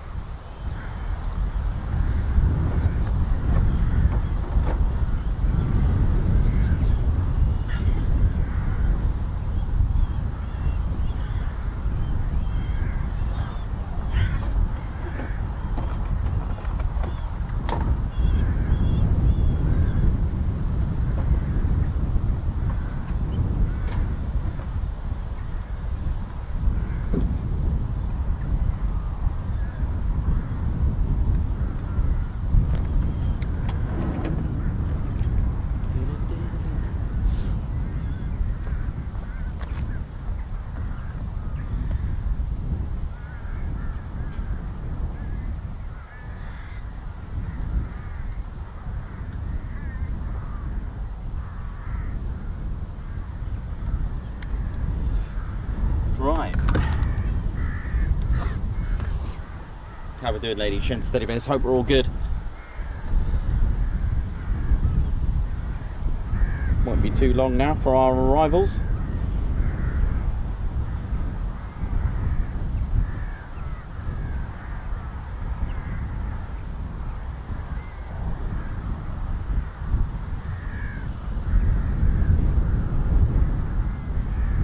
Thanks for joining us today on this lovely day. Hope you've all had a good time with us. And we're just waiting for our arrivals now.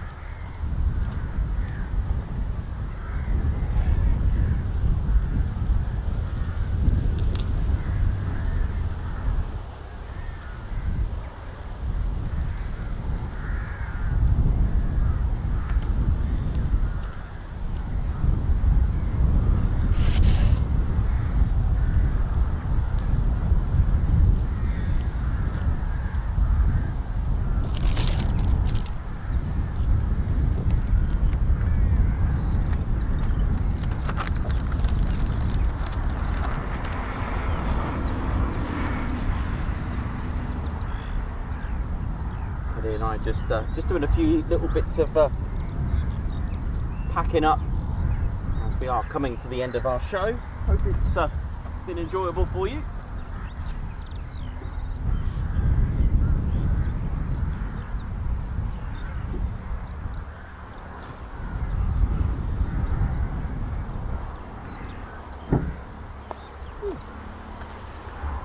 It's certainly been a good one today, really. Was not expecting it to be this much of a longer stream, but here we are. Feels longer stream because we did arrive here about 8:30, and when we started, that was our first movements of the day. So hasn't been too bad. Like I said, with 6 F-35Bs and one Phenom with lots of circuits. as well. So it's been a pretty good day, really. And like I said, a good day at Marham is when you get 10 or more. So 6 on a half day is really good.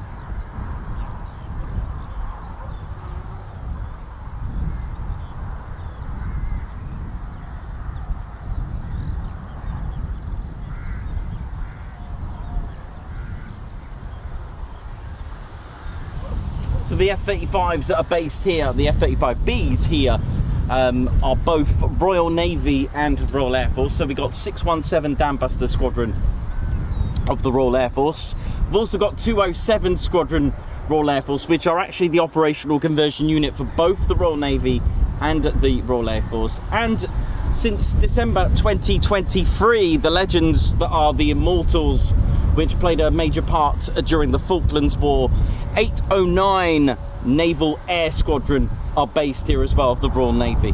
So there's a nice mix here. But of course they are the B variant, the ones that we have here. They are the Stovall short takeoff vertical landing. So hopefully not too long now we should be seeing. Do you know what, I keep looking to the right. They have actually changed runway, right? So I better look at the right direction now.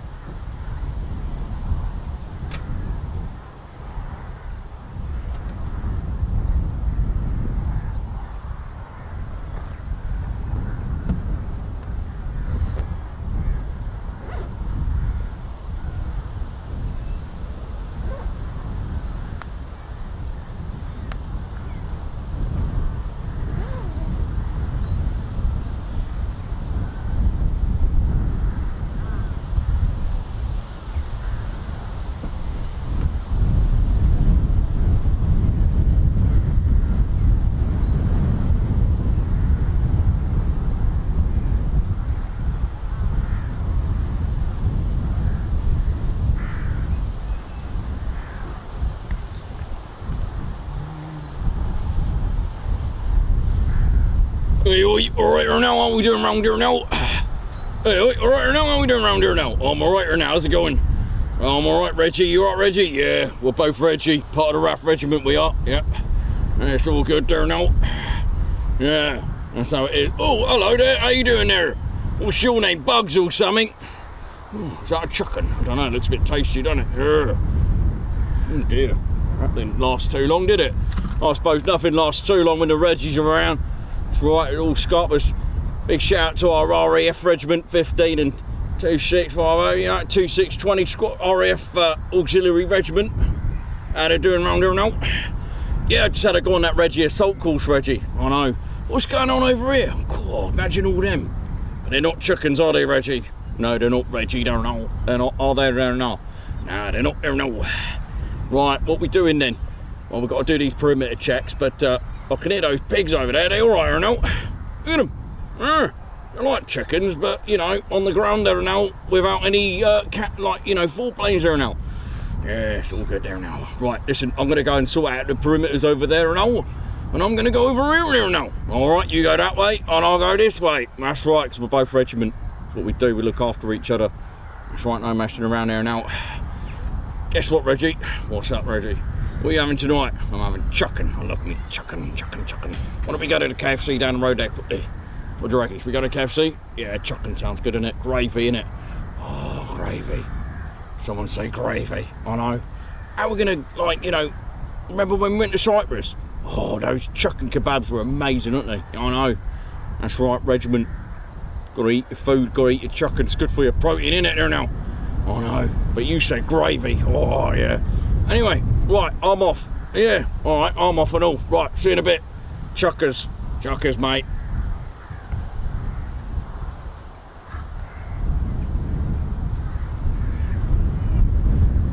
What's going on? Hey, it's Ground Crew Drew, how's it going? Hope you're all good and well. It's part of the ground crew, just helping out a bit of Marham today on the ground crew front. You know how it is. God, it's a bit Mork and Mindy around here again. It never stops being Mork and Mindy, isn't it? Crazy. My name's Ground Crew Drew, and I hope you're all good. Hope you're all well. Oh, goodness me, Red Ted, how you doing? Well, aren't you at Waddington today? Now, what are you doing around here? No approach. Alright, man, there you go. Yeah, it's all good round here. I love it round here in Norfolk. It's nice, isn't it? You can always just relax, put your feet up. That's right. Don't forget, if you're watching it on the Dog and Bone, don't forget to, or your lamb chop, or mashed farfalle, or your wobbly jelly, or the Liza Minnelli. Don't forget to hit that like button and subscribe to your one and only Ted Coningsby channel. Oh, hello, Red Ted, you right? He's gone again. Goodness me. Where'd he go? Oh! Hey!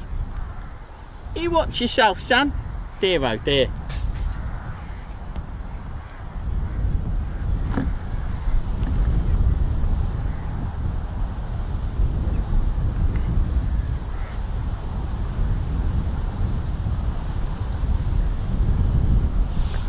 Ba-da-ba-ba-da-ba-ba.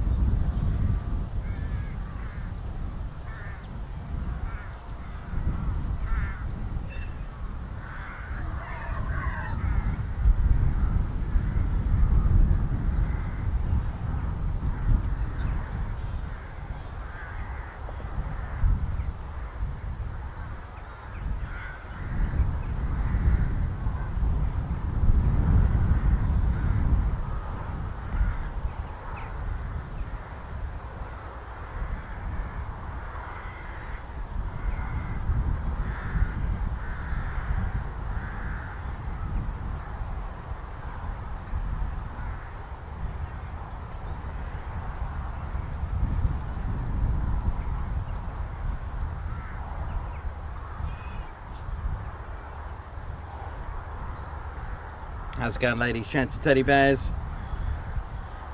Hope we're all good and well there now.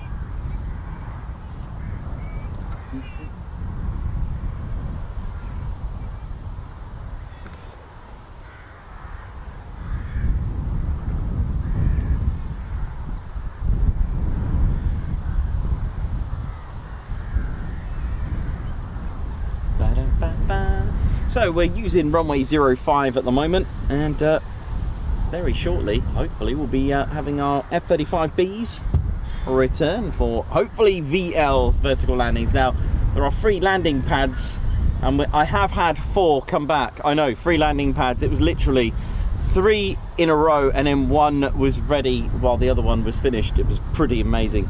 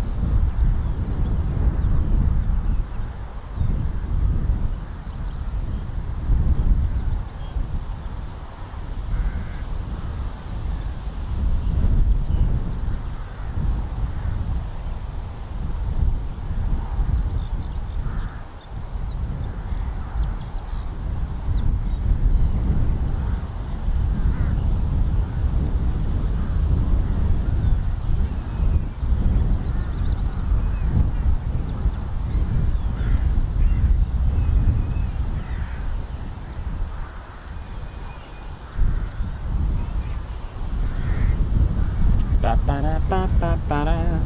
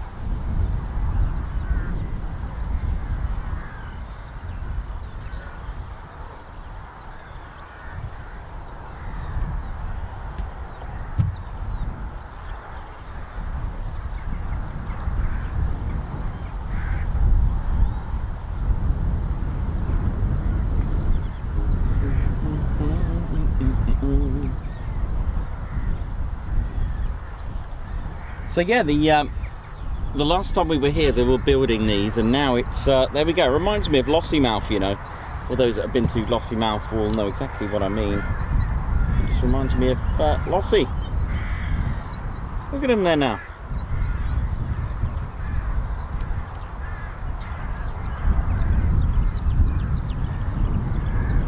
They've done a good job, done an excellent job.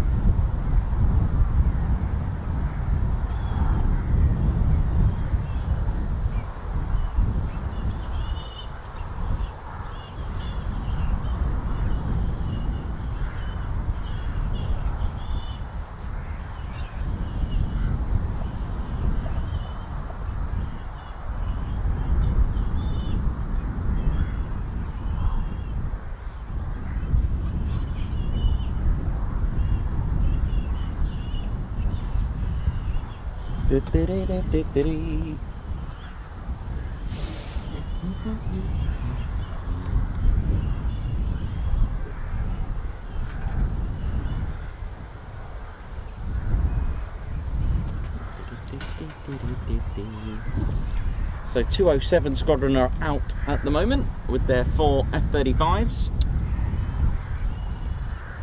That's their hangar over there. And it's been an absolute pleasure to have you all on the show today. Now we're just waiting hopefully for a 4-ship formation into the break. That would be nice, wouldn't it?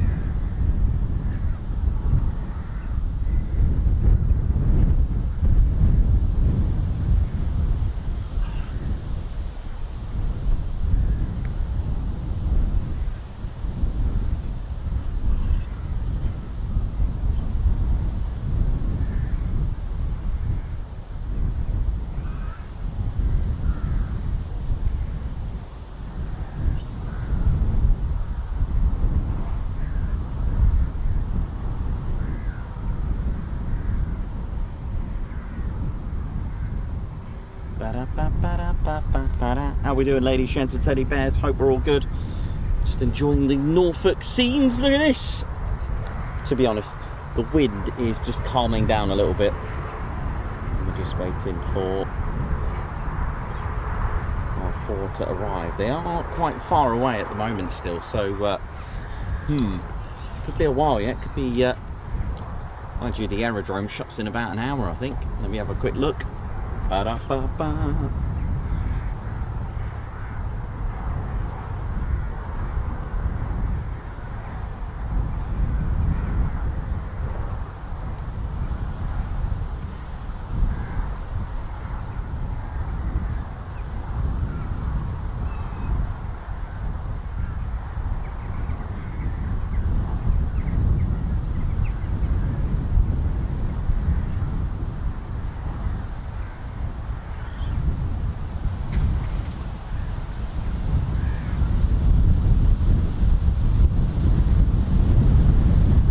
So who's going to RIAT? Who's going to RIAT? Let us know in the comments if you're going to RIAT this year or any other air shows. Let us know in the comments. Where are you going? Anyone off to RIAT?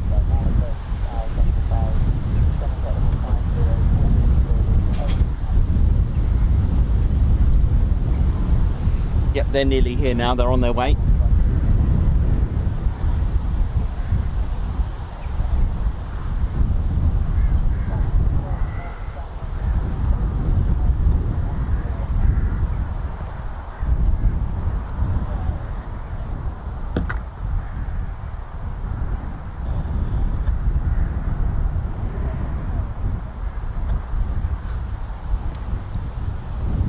So 4-ship formation coming up very shortly into formation. Here we go.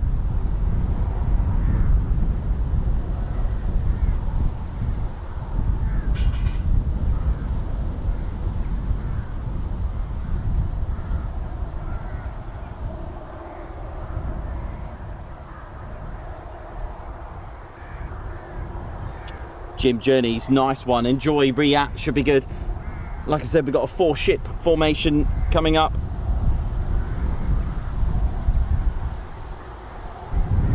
Looking forward to this. Here we go.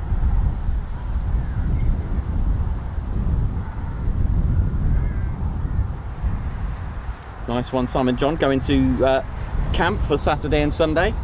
Hope you enjoy RIAT.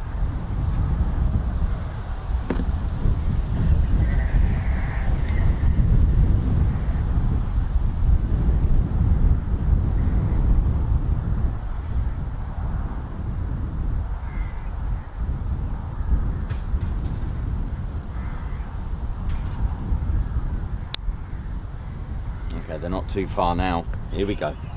Get ready, ladies, gents, teddy bears. Hopefully we got 4 VLs, but we're certainly going to get a formation break.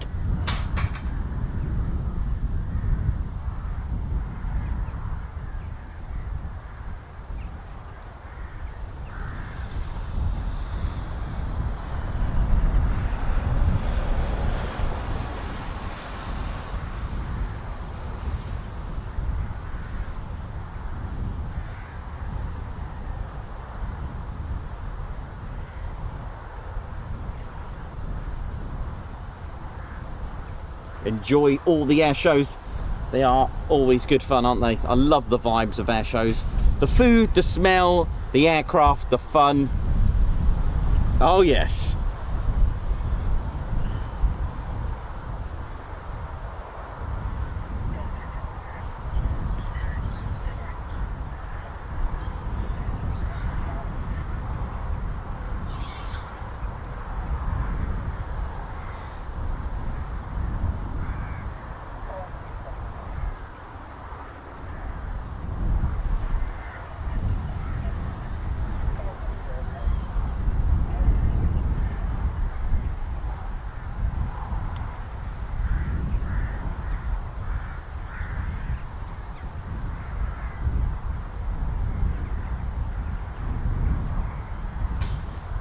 Now, I'm not sure if it's a free ship or the 4 ship. I'm pretty sure when the Singleton took off, it was playing catch up. So let's have a look.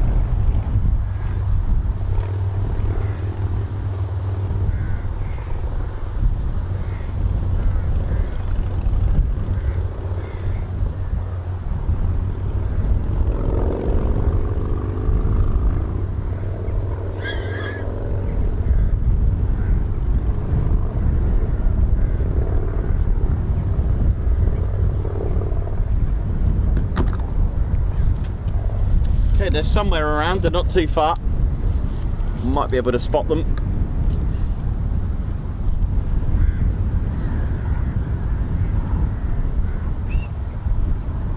So the light is a little bit harsh, but hey, can't have it all. Just enjoy what you got.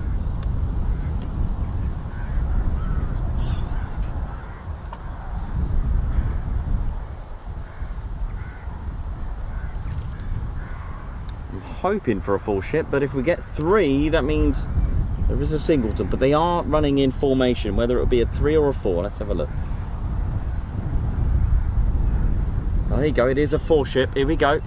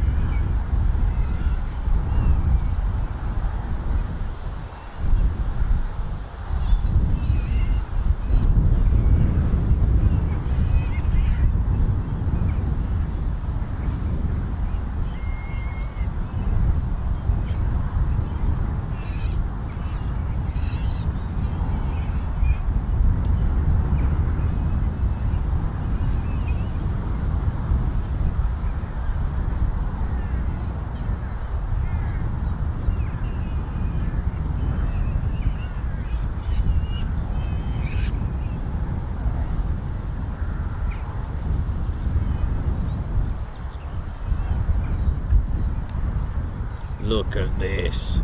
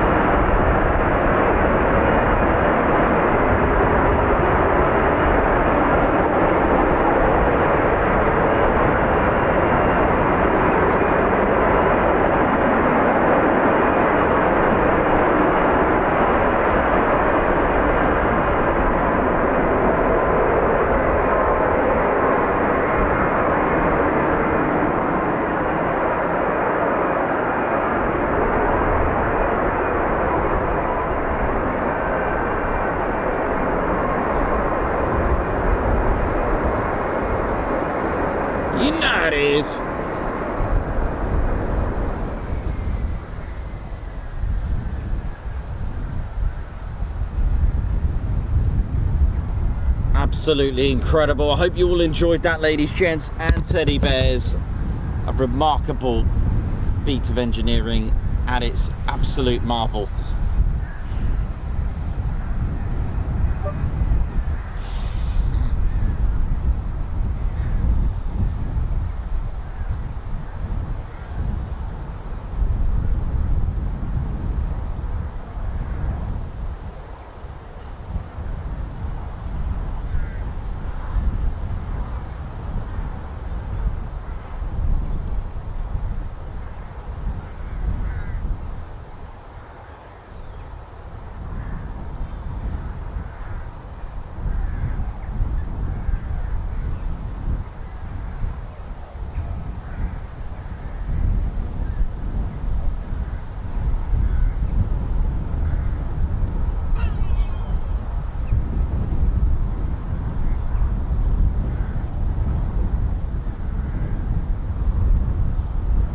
Well, there we go. Thank you very much, everyone, for tuning in today.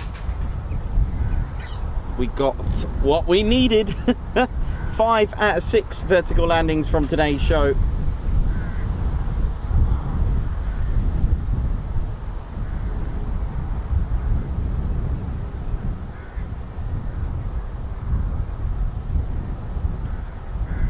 Angela Covey, thank you very much for joining the Ted Coningsby Squadron. And thank you very much, everyone, for tuning in today. Welcome to all our new squadron members and viewers as well. Thank you all so much. And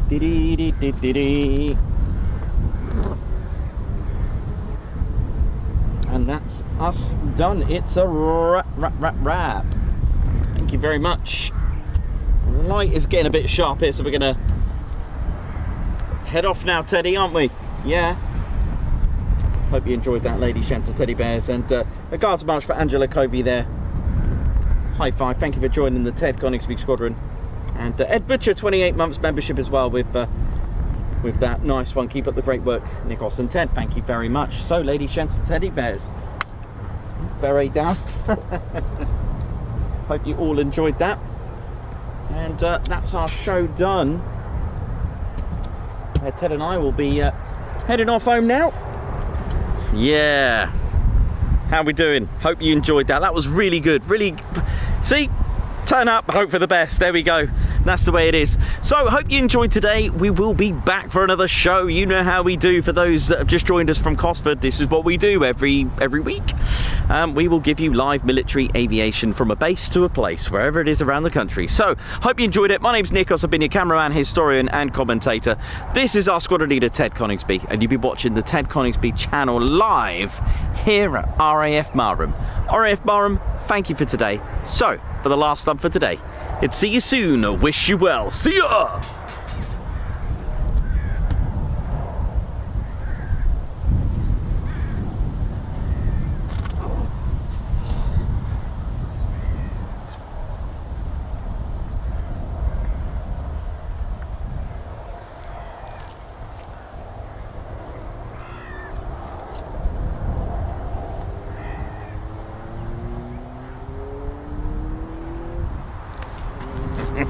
Oh yeah, ladies, sheds and teddy bears, welcome to the Ted Coningsby channel membership.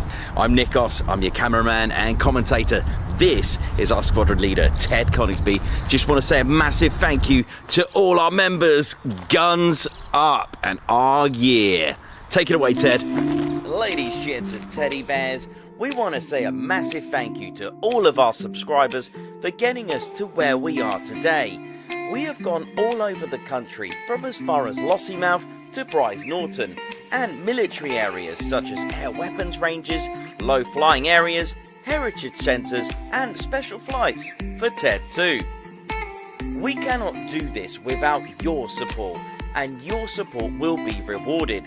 You can now join the Ted Coningsby Squadron and help fund the channel to get us around the country and provide us with the funds for equipment to bring you better content too.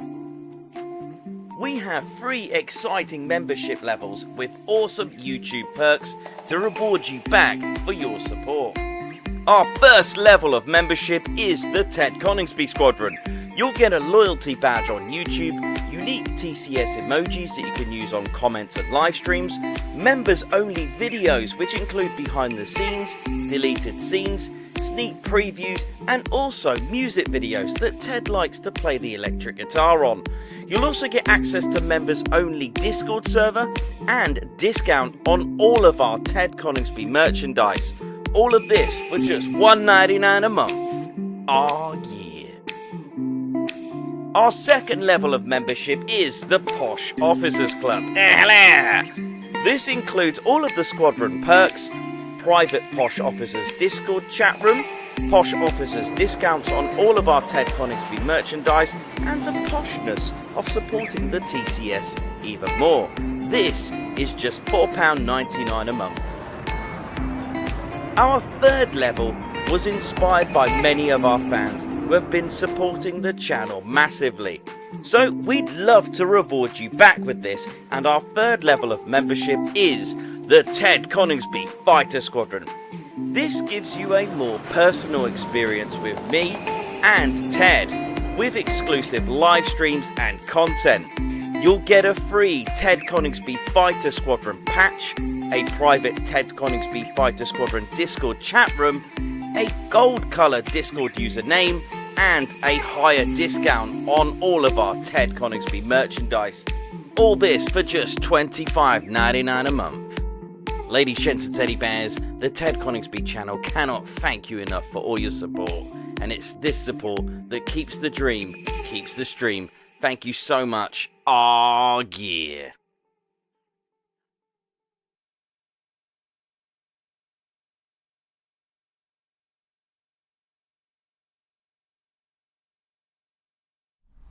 Golf India, Brian Stone, Golf India, Brian Stone,